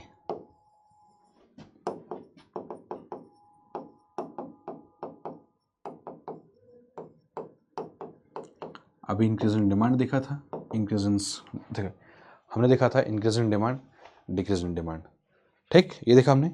अब अगला जो पॉइंट है वो है हमारे पास इंक्रीज इन सप्लाई, है ना। इंक्रीज इन सप्लाई को हम लोग बोलते हैं क्या है बताओ, आपूर्ति में वृद्धि। मेरे प्यारे दोस्तों, आपूर्ति में वृद्धि क्या होगा उसको थोड़ा सा समझते हैं, है ना। समझो, ये हमारे पास डिमांड कर्व है, ठीक है, ये हमारे पास सप्लाई कर्व है, ठीक है ना, समझ में कि नहीं है। और इस तरीके से हमारे पास ये हमारे पास जो है क्या है, इक्विलिब्रियम पॉइंट है, मतलब OQ पॉइंट है और ये OP पॉइंट है, ये डिमांड कर्व है, ये सप्लाई कर्व है ना, ये X है, ये O है और ये Y है। X एक्सिस पे अगर हम लोग बात करें तो इसको हम लोग बोलेंगे क्या, क्वांटिटी डिमांडेड, सप्लाइड, और Y एक्सिस पे हमने बोल दिया क्या, प्राइस, ठीक है ना। ये सारी कहानी है। अब बोला हुआ है क्या कि है ना, इंक्रीज इन सप्लाई, थोड़ा सा कोशिश करो इसको बनाने की। मैं आपको बता देता हूं, सप्लाई अगर इंक्रीज करें, देखिए सप्लाई अगर इंक्रीज करते तो राइट वर्ड शिफ्ट होता है। सप्लाई अगर इंक्रीज करेगी कहां शिफ्ट होगा, राइट वर्ड या लेफ्ट वर्ड। अगर सप्लाई अगर इंक्रीज करेगी तो सप्लाई अगर इंक्रीज करेगी तो वो राइट वर्ड शिफ्ट होगा या लेफ्ट वर्ड शिफ्ट होगा, मुझे बताओ। तो मेरे भाई अगर सप्लाई इंक्रीज करेगी तो वो कहीं ना कहीं राइट वर्ड शिफ्ट होगा। देखो इस तरीके से ये सप्लाई इंक्रीज किया और सप्लाई इंक्रीज करके वो राइट वर्ड शिफ्ट हो गया ना। तो चूंकि सप्लाई राइट वर्ड शिफ्ट हो गया तो ये हमारे पास जो होगा, देख लो, अगर सप्लाई राइट वर्ड, देखो सप्लाई इंक्रीज किया, सप्लाई इंक्रीज करने से कहाँ शिफ्ट होगा, राइट वर्ड शिफ्ट हुआ। देखो ये इस तरीके से शिफ्ट हो गया राइट वर्ड, बहुत बढ़िया। नया सप्लाई कर हमने बना ही दिया, नाम रख दिया हमने S1 रख दिया, बिल्कुल। अच्छा, जिस पॉइंट पे इसने इंटरसेक्ट किया उसको हमने बोल दिया पॉइंट E1। क्या बोल दिया हमने, पॉइंट E1, ये E1 है। अब इस नए सप्लाई कर्व ने कहाँ पे इंटरसेक्ट किया है बताओ, नए सप्लाई कर्व ने इसने इस पॉइंट पे इंटरसेक्ट किया है ना, अरे बोलो हाँ है ना। नए सप्लाई कर्व ने इसने इस पॉइंट पे इंटरसेक्ट किया है, इस वजह से इसको हम लोग क्या बोलेंगे, ये जो पॉइंट आया है हमारे पास निकल के, और ये OQ1 आ जाएगा और ये OP1 आ जाएगा। और अगर मैं इसको एरो मार्क करूँ तो इसकी वजह से सर देखो क्या हो, प्राइस का कम हुआ, प्राइस कम हुआ ना, और सर क्वांटिटी भी क्या हुई सर हमारे पास कम हुई, सॉरी क्वांटिटी हमारे पास बढ़ी है, ठीक है, क्वांटिटी हमारे पास इंक्रीज हुई है ना। चलो बहुत सुंदर। अभी आप देखो, ये मैंने एज इट इज़, देखो एज इट इज़ डायग्राम मैंने बनाया था, और मैंने कहा था कि देखो हालांकि डायग्राम आप लोगों को बनाना चाहिए, प्रैक्टिस आप लोगों की अच्छी होनी चाहिए, कि बाद में मज़ा तभी आएगा, है ना। चलो एक बार थोड़ा सा कोशिश करो कि ये चीज़ें समझ में आ गई कि नहीं आ गई, बताओ एक बार जल्दी से फास्ट, बताओ समझ में आया कि नहीं है। तो इसके अनुसार मैं चाहता हूँ कि एक बार सभी लोग 3 चीज़ें बताएंगे। सबसे पहले आप मुझे बताइए 3 चीज़ें इक्विलिब्रियम सभी लोग बताना है, इक्विलिब्रियम प्राइस, इक्विलिब्रियम है ना, आप बता देना क्योंकि तीसरा चौथा डायग्राम है, इक्विलिब्रियम क्वांटिटी और इक्विलिब्रियम, सब लोग इसका आंसर बताओ, इक्विलिब्रियम पॉइंट, ठीक है। अब हमें बताना है, फिर अगला बताना है भाई new equilibrium price, new equilibrium quantity, new equilibrium, है ना, पॉइंट, ठीक है। और फिर ये सब आंसर बताने के बाद आपको रिजल्ट बताना है कि बेसिकली इन सब की वजह से रिजल्ट क्या आया, प्राइस एंड क्वांटिटी में क्या प्रभाव पड़ा, ठीक है। इन सब के बाद आपको क्या बताना है, रिजल्ट बताना है। पहले डायग्राम देखो, डायग्राम खुद से सेल्फ बनाने की कोशिश करो। देखो मुझे तो बताने में 1 मिनट लगेगा, बट जब तक आपकी अंडरस्टैंडिंग नहीं होगी मज़ा नहीं आएगा। आपको स्वयं इसका डायग्राम अपने हाथ से बनाना चाहिए और बनाने के बाद फिर आप देखोगे तब आपको मज़ा आएगा।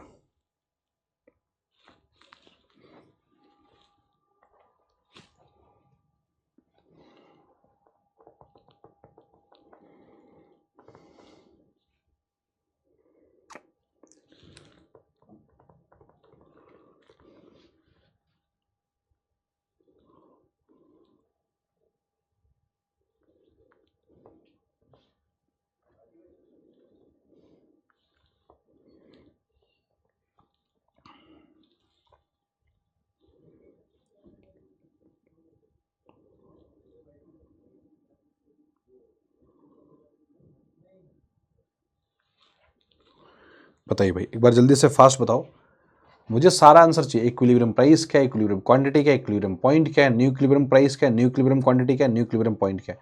कोशिश करना है, कोशिश करने में कुछ जाता थोड़ी है, कोशिश करना है, कोशिश करने में कुछ नहीं जाता।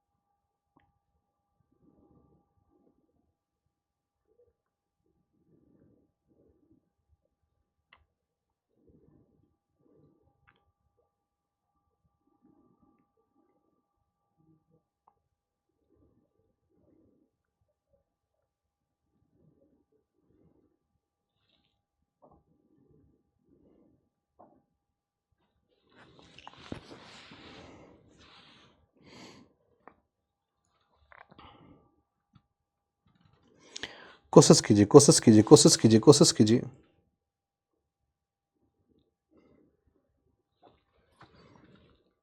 ध्यान से देखने के बाद अपने आप सारी चीजें आएंगी।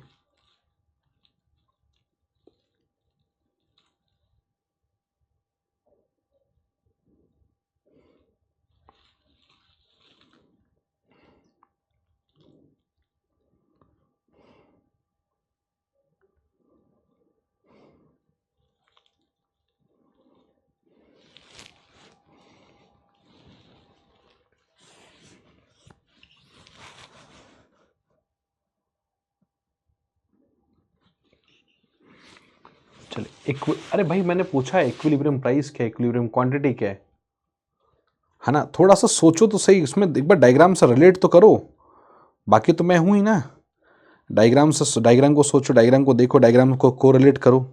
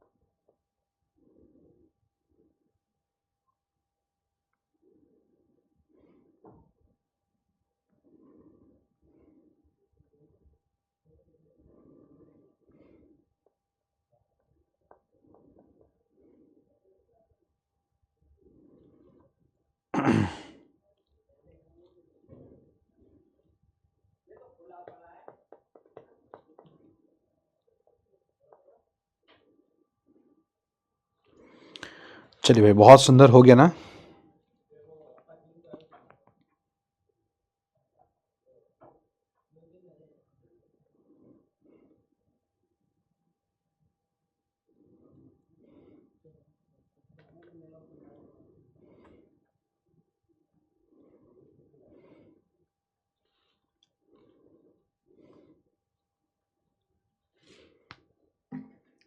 बहुत सुंदर।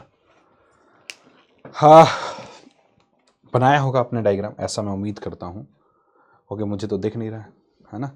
It's all about intangible things. ठीक है, बनाया ज़रूर होगा आपने डायग्राम। देखिए, इक्विलिब्रियम प्राइस की बात करते हैं, तो इक्विलिब्रियम प्राइस जो होगा हमारे पास वो ओपी होगा ना। इस डायग्राम में देखो, इक्विलिब्रियम क्वांटिटी क्या होगा, वो होगा हमारे पास ओ क्यू। इक्विलिब्रियम पॉइंट क्या होगा, point A. New equilibrium price क्या है, न्यू इक्विलिब्रियम प्राइस है ओपी से ओपी वन हो गया, मतलब ओपी वन हो गया हमारे पास new equilibrium price. New equilibrium quantity क्या है, ओ क्यू से ओ क्यू वन हो गया, तो new equilibrium quantity O Q one. New equilibrium point क्या है, तो न्यू इक्विलिब्रियम पॉइंट जो है इसने कहाँ इंटरसेक्ट किया, इसने डिमांड कर्व को इस पॉइंट पर इंटरसेक्ट किया ना। तो जो ये पॉइंट होगा, इस पॉइंट को हम लोग एक नाम देंगे क्या, पॉइंट ई वन, है ना। ये पॉइंट होगा, तो ये न्यू इक्विलिब्रियम पॉइंट हो गया, ये ओल्ड इक्विलिब्रियम पॉइंट हो गया। ये वाला कौन सा हो गया, ये ओल्ड इक्विलिब्रियम पॉइंट हो गया, और ये क्या हो गया, ये न्यू इक्विलिब्रियम पॉइंट हो गया। इसमें क्या है, तो थोड़ा सा हमें समझना पड़ेगा न्यू इक्विलिब्रियम पॉइंट क्या है और ओल्ड इक्विलिब्रियम पॉइंट क्या है। तो न्यू इक्विलिब्रियम पॉइंट क्या हो गया हमारे पास, बताओ, हमारे पास पॉइंट ई वन। कोई डाउट है क्या, पॉइंट ई वन क्या हो जाएगा, ये न्यू इक्विलिब्रियम पॉइंट हो जाएगा। चलो, कोई डाउट है, एक बार जल्दी से फास्ट मुझे बताओ।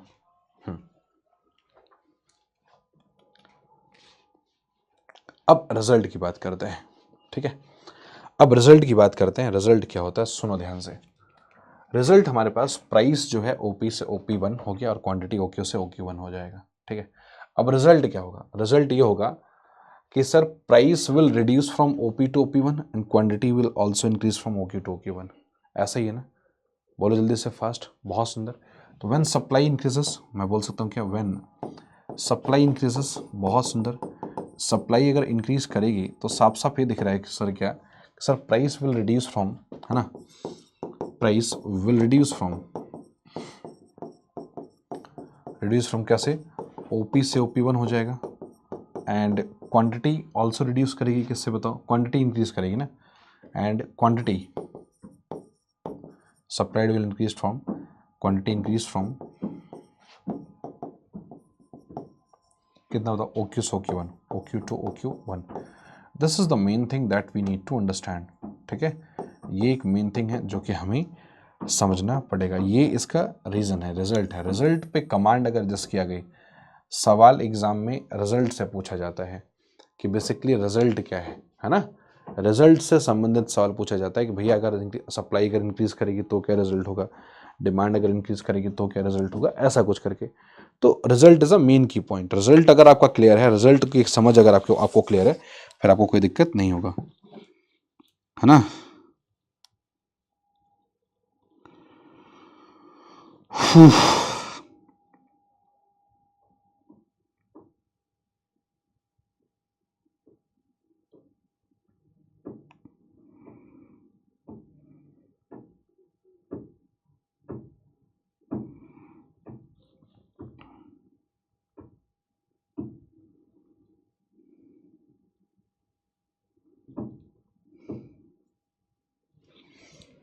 चलो, समझ में एक नहीं है, कोई डाउट है क्या, बहुत सुंदर।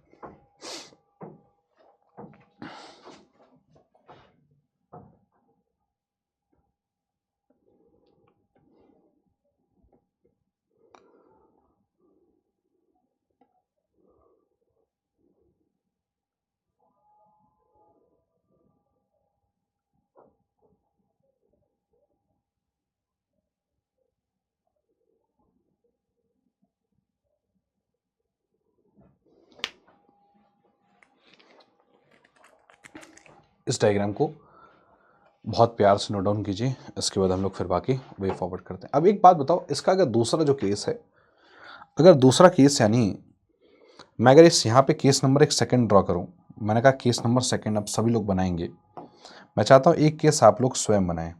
और केस क्या है, सुनो ध्यान से।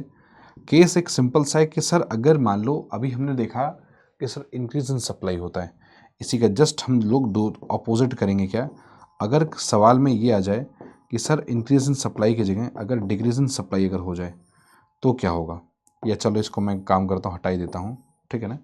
इंक्रीज इन सप्लाई की जगह अगर डिक्रीज इन सप्लाई आ जाए तो क्या होगा, समझे स्टार्ट करें। देखो ध्यान से, अगर मैं मान के चलो, मैं यहाँ पे केस नंबर कौन सा होगा बताओ, केस अगला कौन सा, फोर्थ। अच्छा ये केस सेकंड था, ये केस थर्ड, और फिर ये केस है ना, ये फोर्थ हो जाएगा, ठीक है ना। और ये केस फोर्थ में हमें देखना है डिक्रीज इन सप्लाई, ठीक। डिक्रीज इन सप्लाई मतलब पूर्ति में कमी। अब पूर्ति में कमी क्या होता है समझो ध्यान से। अब पूर्ति में कमी क्या होगा, थोड़ा सा उसको ध्यान से समझना है कि पूर्ति में कमी क्या है। हमारे पास डायग्राम ये है, हमारे पास डायग्राम देखो हम लोग किस तरीके से बनाएंगे। ओहो,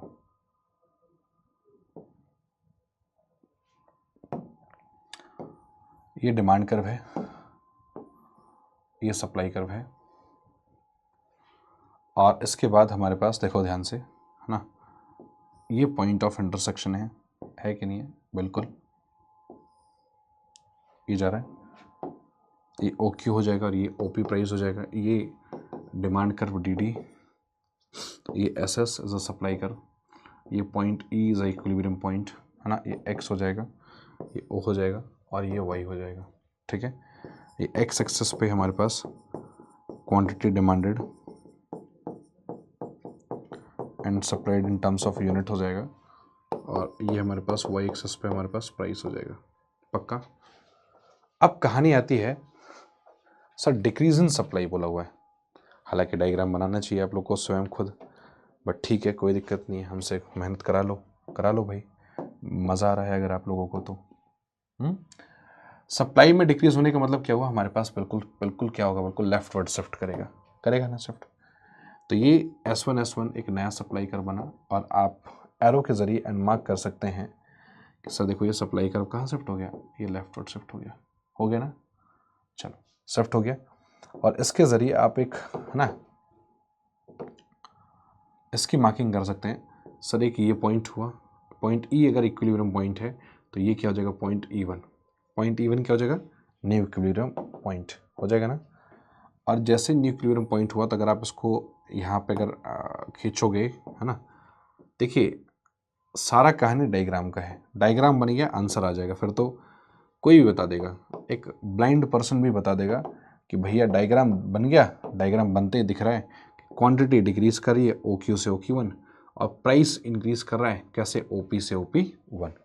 सिंपल सी बात है ना, कोई बता देगा डायग्राम बनते ही कोई भी बता देगा। मेरे भाई अब जल्दी से फास्ट इस डायग्राम का आप सब लोगों को, है ना, मैं यहाँ पे जो है क्या बोलूँगा बताओ,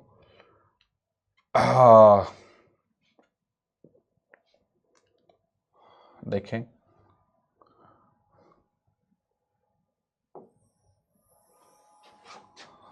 कुछ ऐसा पॉसिबिलिटी है,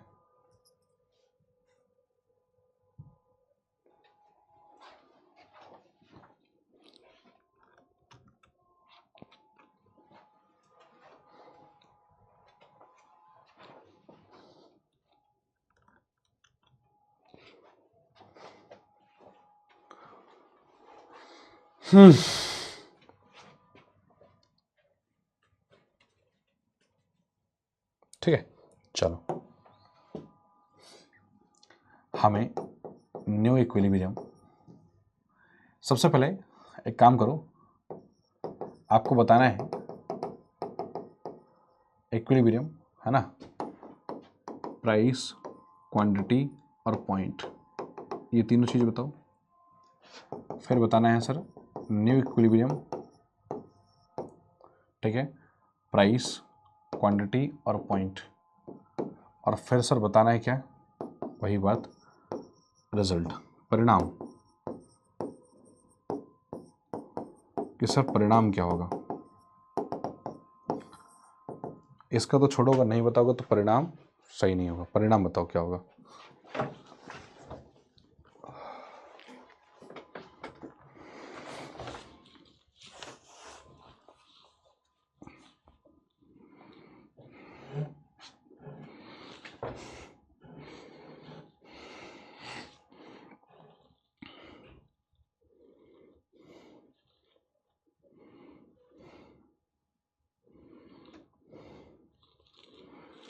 बताओ।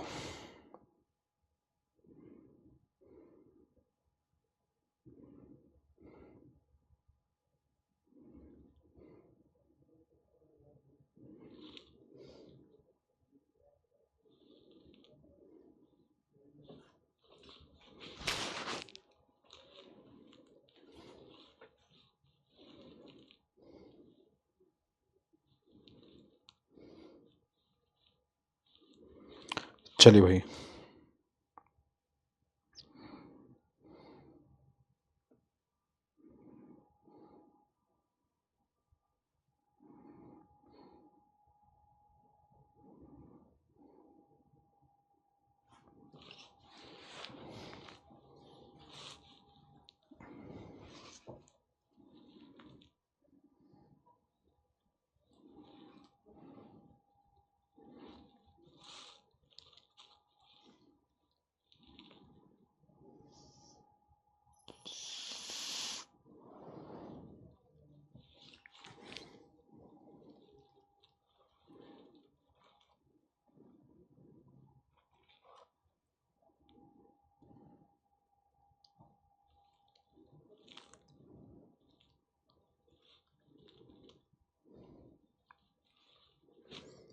बताओ भाई फास्ट।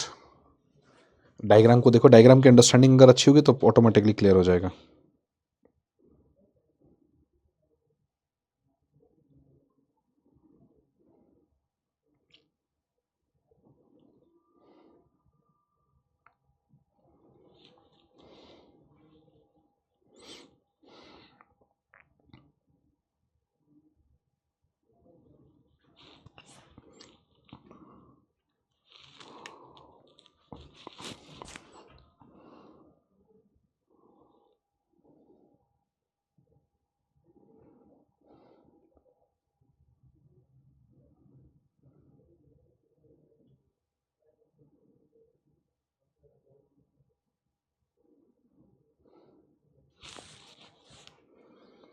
चलिए फास्ट बताओ।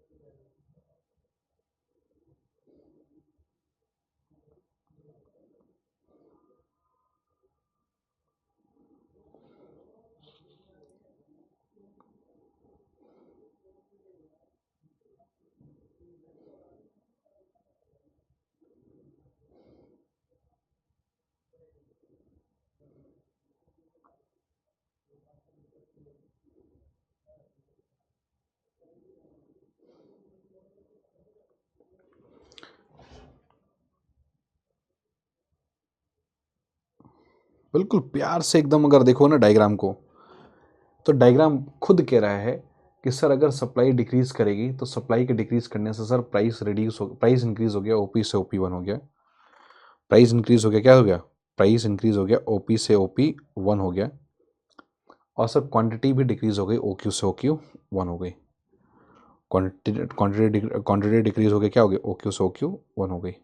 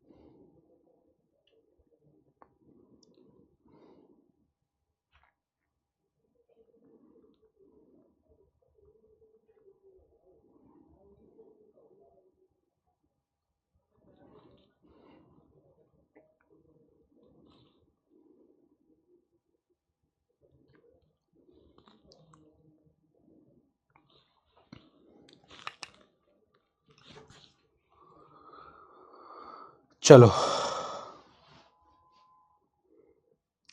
बस रिजल्ट रिजल्ट बस रिजल्ट। हालांकि इसमें एक चेन इफेक्ट का प्रोसेस होता है। अगर आप रिजल्ट में अगर परफेक्ट रहोगे, अगर रिजल्ट इन द सेंस के डायग्राम का अगर आप लोग रिजल्ट बहुत अच्छे तरीके से निकाल पाओगे तो आप चेन इफेक्ट आपके लिए कोई बहुत बड़ी बात नहीं होगी।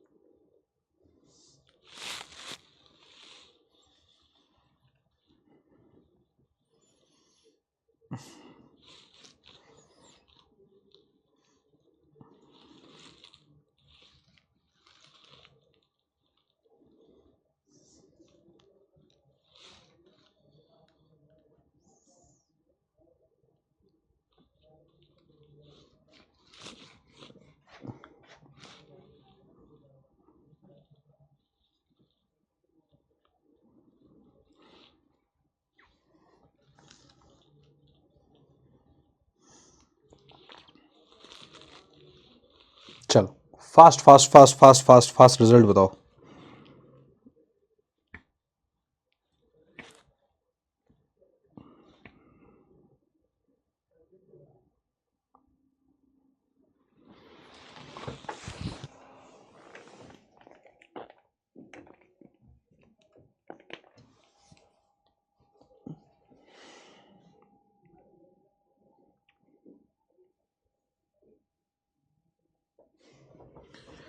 ध्यान से देखोगे ना, सारी चीजें ऑटोमेटिकली समझ में आ जाएंगी बहुत प्यार से।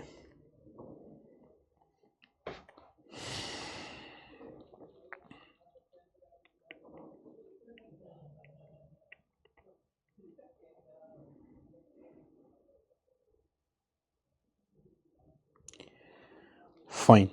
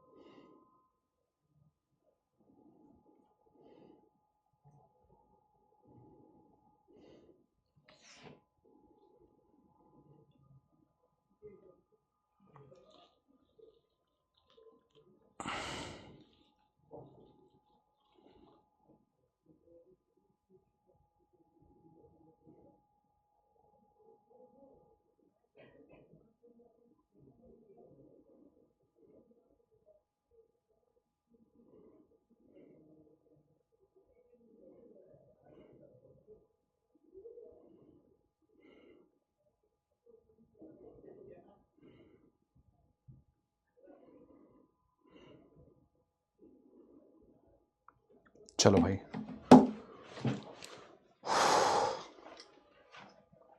सिंपल अप्रोच के साथ इसका आंसर फिगर आउट करेंगे। वही सेम इक्विलिब्रियम प्राइस की बात करें तो हमारे पास ये OP हो जाएगा, OQ हो जाएगा और O है ना, पॉइंट E हो जाएगा, ऐसे ही ना, पॉइंट E हो जाएगा। और नया इक्विलिब्रियम, न्यू इक्विलिब्रियम पॉइंट की बात करें, न्यू इक्विलिब्रियम प्राइस हमारे पास OP1 हो जाएगा, है ना, OP1 हो जाएगा और OQ1 हो जाएगा और ये क्या हो जाएगा था, पॉइंट E1, है ना, पॉइंट E1 हो जाएगा, तो पॉइंट E1 हो जाएगा। ठीक, रिजल्ट में देखो हमारे पास क्या है, सप्लाई डिक्रीज कर रही है तो प्राइस इंक्रीजेस और क्वांटिटी डिक्रीजेस, ठीक है ना। सो ड्यू टू हम लोग लिख सकते हैं क्या sir, due to due to decrease in supply, लोग इसको टफ मांगते हैं। किस बात का टफ है भाई? सप्लाई, ठीक है। Price increases from OP to OP1, price में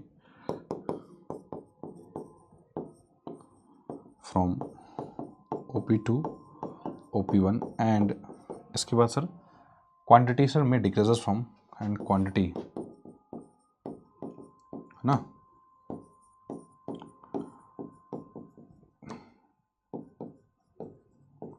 डिक्रीजेस, है ना, from OQ to OQ1। Simple approach मैंने बताया।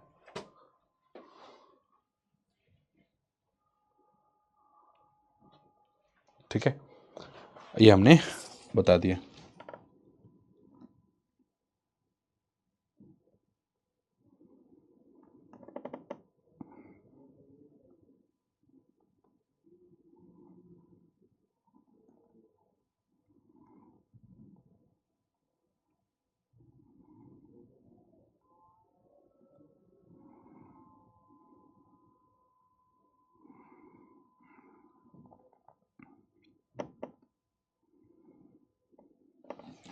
ठीक है, चलो भाई,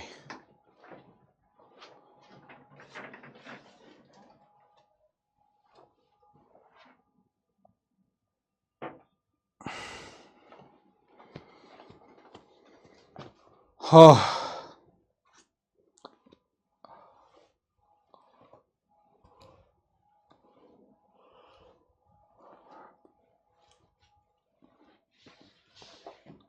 ठीक है जी, कोई डाउट है क्या? हमारे पास ये सारा एक इंक्रीज इन सप्लाई हो गया, फिर हमारे पास डिक्रीज इन सप्लाई हो गए पूरा अच्छे तरीके से। अब हमारे पास इंक्रीज इन डिमांड हो गया। देखो, sorry, increase in supply decrease in supply दोनों हो गया ना। अब एक केस आता है, उसको साइमल्टेनियस केस बोलते हैं। साइमल्टेनियस, अब साइमल्टेनियस केस, साइमल्टेनियस इंक्रीज और decrease in demand and supply. अब साइमल्टेनियस का केस आता है कि सर डिमांड एंड सप्लाई दोनों एक साथ इंक्रीज करें, दोनों एक साथ डिक्रीज करें। ठीक है ना, समझिए ध्यान से मैं क्या बोल रहा हूं। एक साथ, साइमल्टेनियस का मतलब होता है क्या? एक साथ मांग एवं पूर्ति दोनों में, है ना, वृद्धि और कमी। ठीक है ना, एक साथ मांग एवं पूर्ति दोनों में वृद्धि और कमी। इसको हम लोग थोड़ा सा ध्यान से समझते हैं कि क्या एक्चुअल में क्या लिखा हुआ है, क्या है बेसिकली।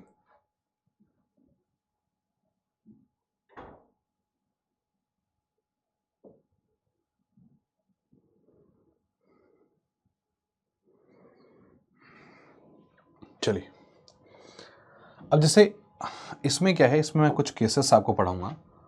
इसमें केसेस देखो क्या है, समझना ध्यान से। अभी पहले हम लोग ये देख रहे थे, या तो अगर जैसे अभी सप्लाई घट रहा है, डिमांड पे कोई प्रभाव नहीं है, डिमांड कांस्टेंट है। सप्लाई बढ़ रहा है, डिमांड पे कोई प्रभाव नहीं है, डिमांड कांस्टेंट है। अभी डिमांड घट रहा है, सप्लाई पे कोई प्रभाव नहीं, सप्लाई कांस्टेंट है।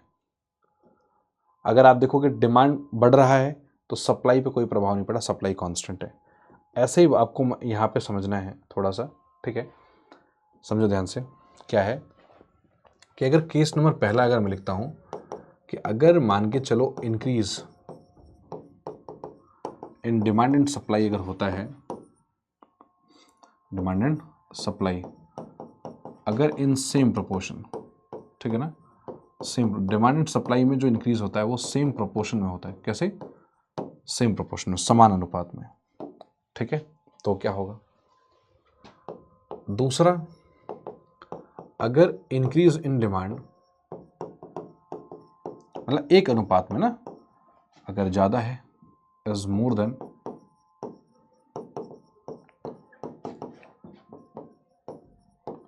इंक्रीज इन सप्लाई, ऐसा हो सकता है, बिल्कुल हो सकता है भाई, है ना।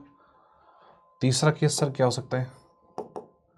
सर ऐसा हो सकता है कि सर जो इंक्रीज इन ना डिमांड है या इंक्रीज इन सप्लाई, मतलब मोर लिखे तो सप्लाई लिख दो, supply is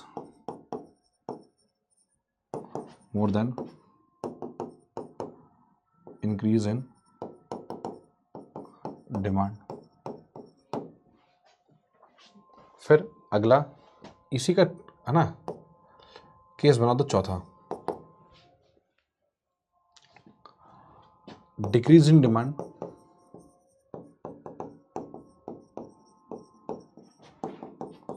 is more then, tension मत लीजिए, सबका डायग्राम बनाएंगे, सबका डायग्राम बनाएंगे, सबका। सप्लाई पांचवा, decrease in supply is more then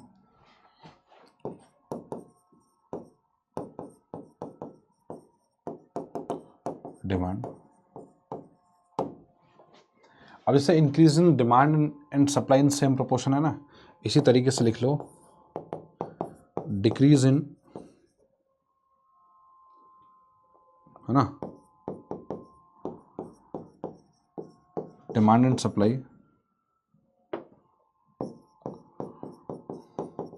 in same proportion, in same proportion. अभी यहाँ पे decrease in demand and supply हुआ इन सेम प्रोपोर्शन।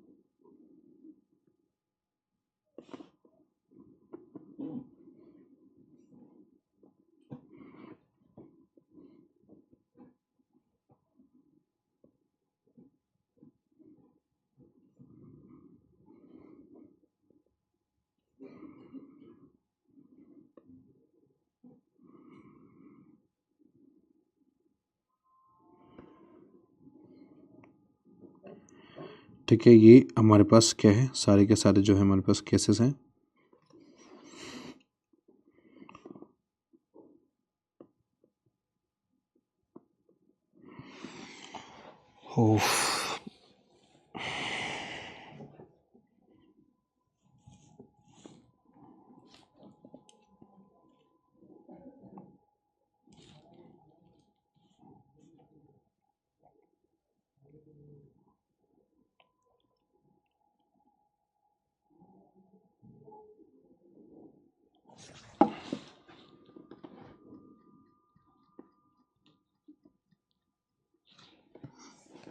चलो भाई,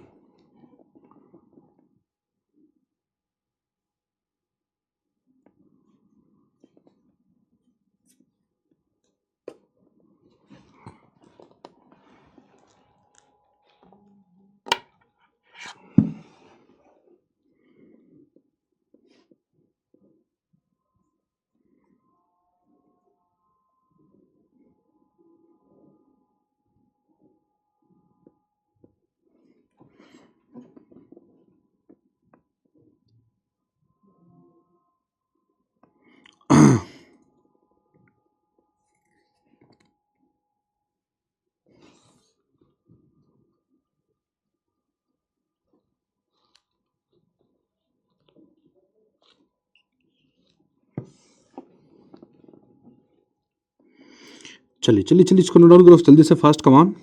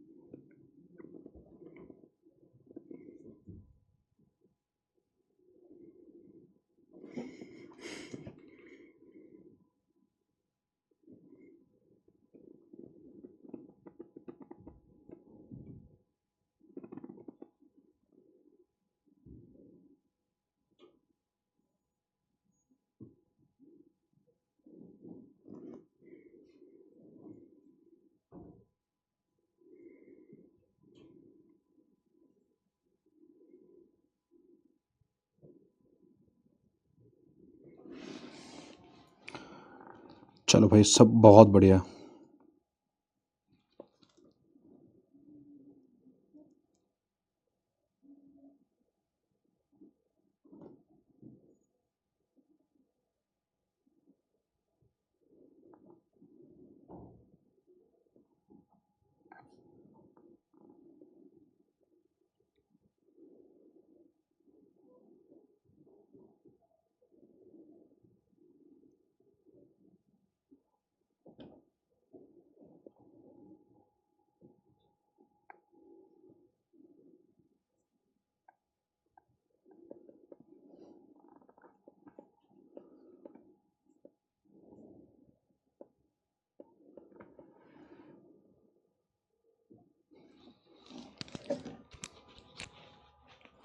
चलो बहुत बढ़िया है ना।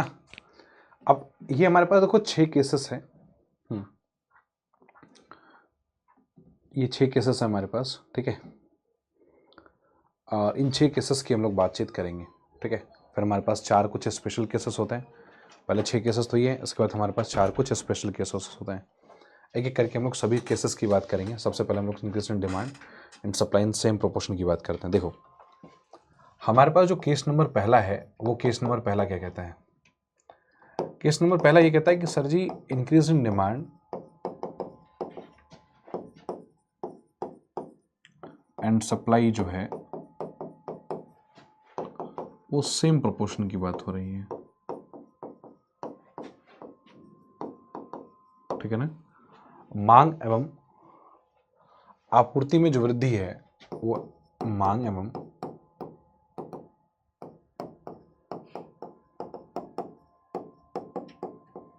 आपूर्ति में जो वृद्धि हो रही है एक समान अनुपात में हो रहा है। ऐसा ही है ना, मांग एवं वृद्धि, मांग और पूर्ति में जो वृद्धि हो रही है एक समान अनुपात में हो रहा है, ऐसा ही है।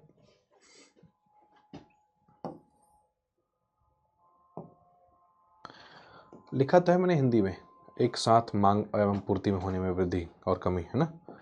चलो इस डायग्राम को मैं थोड़ा सा ड्रॉ करता हूं, देखिए ध्यान से। ये डिमांड कर्व हो गया, ये सप्लाई कर्व हो गई। सबसे पहले हमने डिमांड एंड सप्लाई कर्व ने बना दिया, और ये हमारे पास ये पॉइंट ऑफ इंटरसेक्शन हो गया डिमांड कर्व का, ये पॉइंट ऑफ इंटरसेक्शन हो गया सप्लाई कर्व का, ठीक है। आप समझो ये जो पॉइंट है, ये पॉइंट ई है, ये ओ क्यू है और ये ओ पी है, ठीक। ये क्वांटिटी डिमांडेड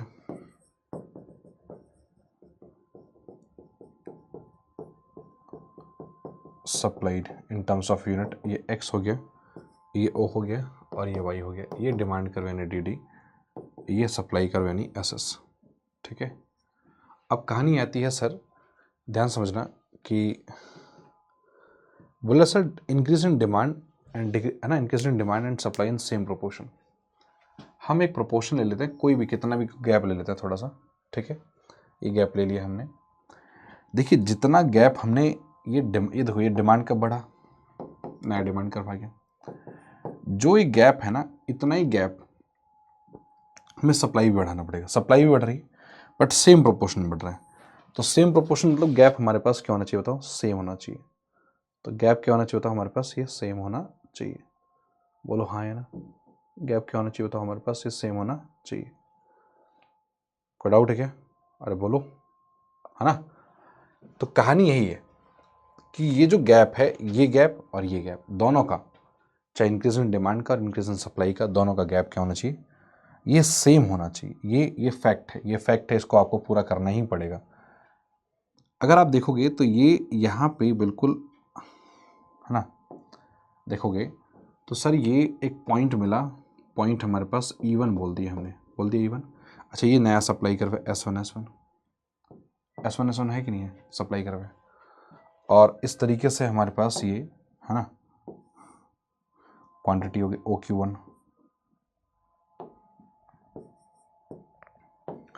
और एरो के ज़रिए हम लोग अभी यहाँ पे मार्क करेंगे। देखो क्वांटिटी इंक्रीज हुई ना, बट प्राइस पहले भी OP था, आज भी OP है। क्या प्राइस में कोई बदलाव हुआ क्या? भाई प्राइस जो है वो पहले भी OP था और आज भी OP है। ध्यान से देखो ना, प्राइस जो है पहले भी OP था और आज भी OP है। ठीक है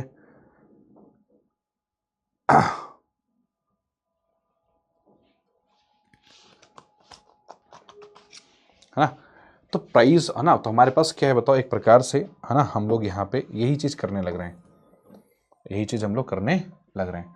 अब इसको देखो कैसे हम लोग इसको रिजॉल्व करेंगे, फर्दर कैसे रिजॉल्व करेंगे, कैसे हम लोग प्रोसीड करेंगे, थोड़ा सा इसको हम लोग ध्यान से समझने की कोशिश करते हैं। अच्छा एरो मार्क कर देते हैं हम लोग। देखो क्या यहाँ पे डिमांड इंक्रीज हुआ, ठीक है, प्रोपोर्शन सेम है, सप्लाई इंक्रीज हुआ, प्रोपोर्शन सेम है, ठीक है ना, सप्लाई इंक्रीज हुआ, प्रोपोर्शन सेम है। अब यहाँ पे अगर मैं नोट डाउन करूँ, मैं देखो ध्यान समझो, व्हेन डिमांड एंड सप्लाई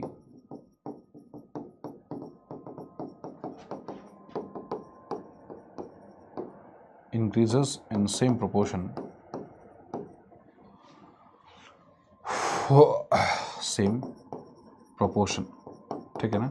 अब इससे क्या होता है सर बताओ, price will remain constant, price हमेशा कांस्टेंट रहेगा OP, and quantity will rises from OQ to OQ1।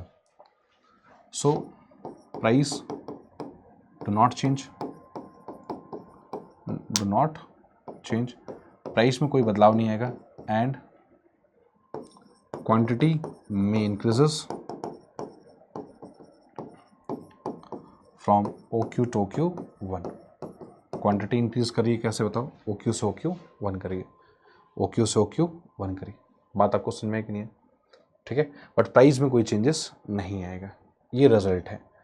अब चूंकि ये रिजल्ट है, बात बाकी वही सेम चीज़ें, point E1 new equilibrium point होगा, OP है ना, ओल्ड मतलब जो इक्विलिब्रियम प्राइस होगा यहाँ पे समझो, ओल्ड कॉमन क्या है, ओल्ड इक्विलिब्रियम प्राइस बराबर न्यू, इस केस में है ना न्यू इक्विलिब्रियम प्राइस होगा।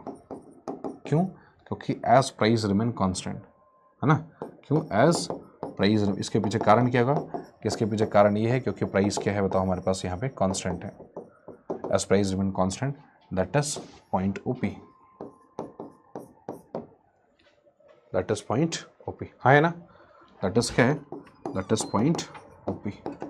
कोई डाउट है क्या? जो पॉइंट OP है वो कांस्टेंट रहेगा, हाँ है ना, क्या वो 10-20 तक।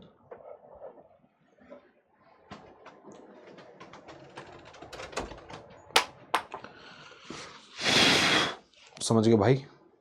पहले इसको नोट डाउन करो, ध्यान से देखो, और इसमें कोई डाउट है तो मुझसे पूछो कि प्राइस में कोई चेंजेस है कि नहीं है। डायग्राम सब बोलता है ना।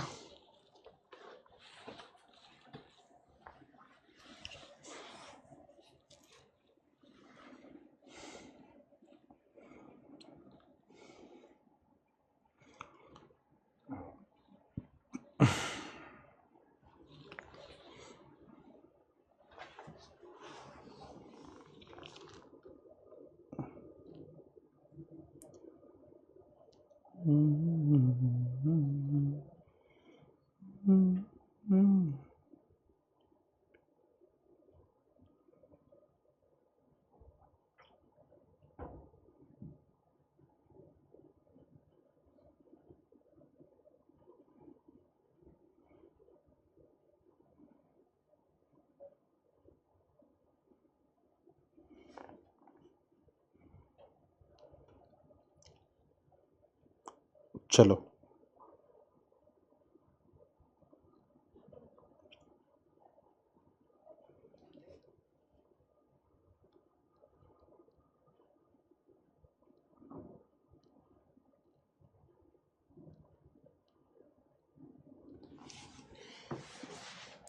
कोई डाउट इसमें बताओ।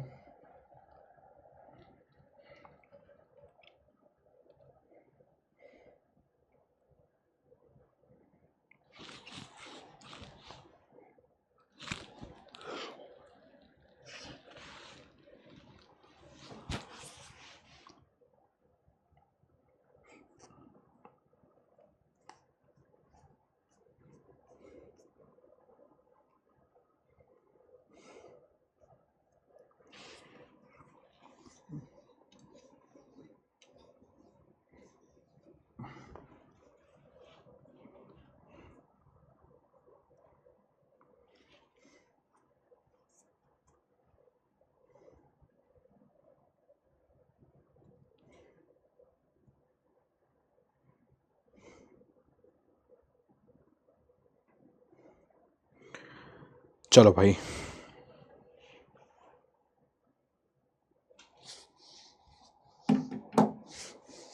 एक नेक्स्ट केस डालो, एक नेक्स्ट केस लिखो।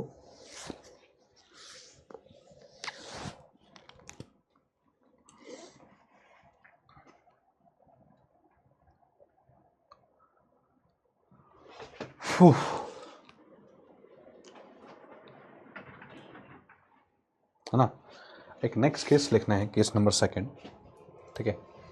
और ये आसानी से कर लोगे, इतना आपने कर लिया ना तो आसानी से कर लोगे कि अगर मान लो अगर increase in demand is more then,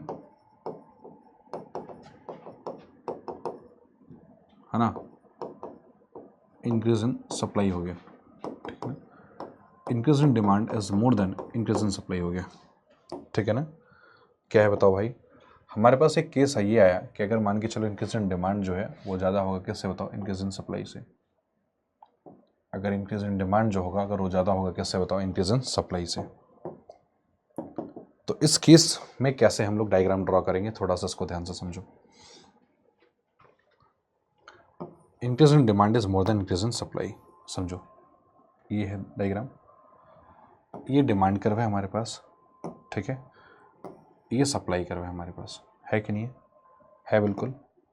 और इस तरीके से हमने यहाँ पे ये पॉइंट ऑफ इंटरसेक्शन हमने डाला है, ठीक है। ये पॉइंट ऑफ इंटरसेक्शन हमने डाला, ठीक है। और ये हमने डाला ये, बहुत बढ़िया, ठीक है ना। ये ओ क्यू क्वांटिटी हो गई, और ये एक्स हो गया, और ये ओ हो गया, और ये वाई हो गया। ये डिमांड कर्व डी डी हो गया, ये सप्लाई कर्व एस एस हो गया, ये पॉइंट ई हमारे पास इक्विलिब्रियम पॉइंट हो गया, ये ओ पी इक्विलिब्रियम पॉइंट हो गया। क्या बोल कह रहा है कि increase in demand is more then increase in supply. जो डिमांड का गैप होगा वो ज़्यादा होगा एज कंपेयर टू सप्लाई के गैप के, ऐसा ही ना। Increase in demand is more then increase in supply, demand का गैप ज़्यादा कर दो, तो डिमांड का गैप हमने ज़्यादा कर दिया, मान लो कर दिया, तो इंक्रीज इन डिमांड, तो डिमांड का जो गैप है हमने ज़्यादा कर दिया, D1 is more then increase in supply, is more then increase in supply. तो सप्लाई का जो गैप है, सप्लाई भी इंक्रीज कर रहा है बट सप्लाई का जो गैप है वो कम है, मतलब जो डिमांड जो इंक्रीज कर रहा है बहुत ज़्यादा तेजी से इंक्रीज कर रहा है, बट सप्लाई भी इंक्रीज करी बट डिमांड के कंपैरिजन कम इंक्रीज करी। तो सप्लाई को हमने इंक्रीज करा है, उसका गैप कम रखा, डिमांड को इंक्रीज करा, उसका गैप हमने ज़्यादा रखा।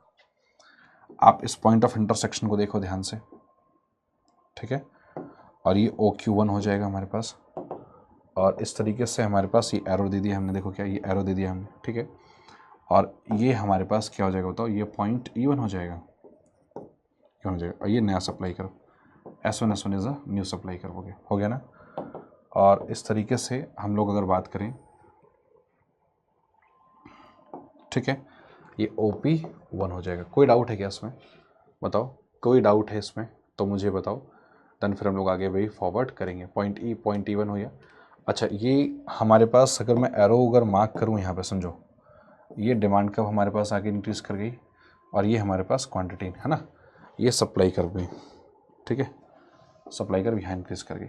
बना दिया डायग्राम, बस डायग्राम बना दिया। अब इसके बाद अगर आपसे कोई पूछे सर इसमें रिजल्ट क्या होगा, है ना, इसमें अगर आपसे कोई, भाई देखो इक्विलिब्रियम पॉइंट सब लोग बता दोगे, न्यू इक्विलिब्रियम पॉइंट, क्वांटिटी, सब ये सब जो भी दुनिया भर की जो चीज़ें हैं ना, ये हर कोई बता देगा, ठीक है। ये हर कोई बता देगा, बट हमें क्या बताना है बताओ।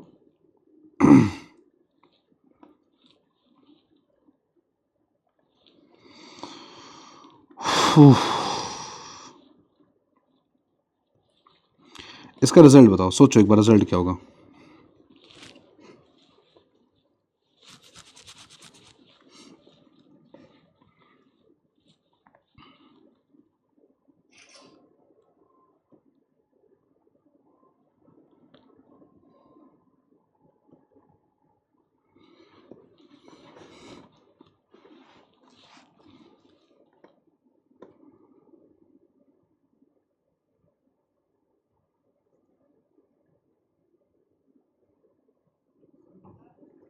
चलो भाई कोशिश करो, देखो एक बार सोचो, बताने की कोशिश करो।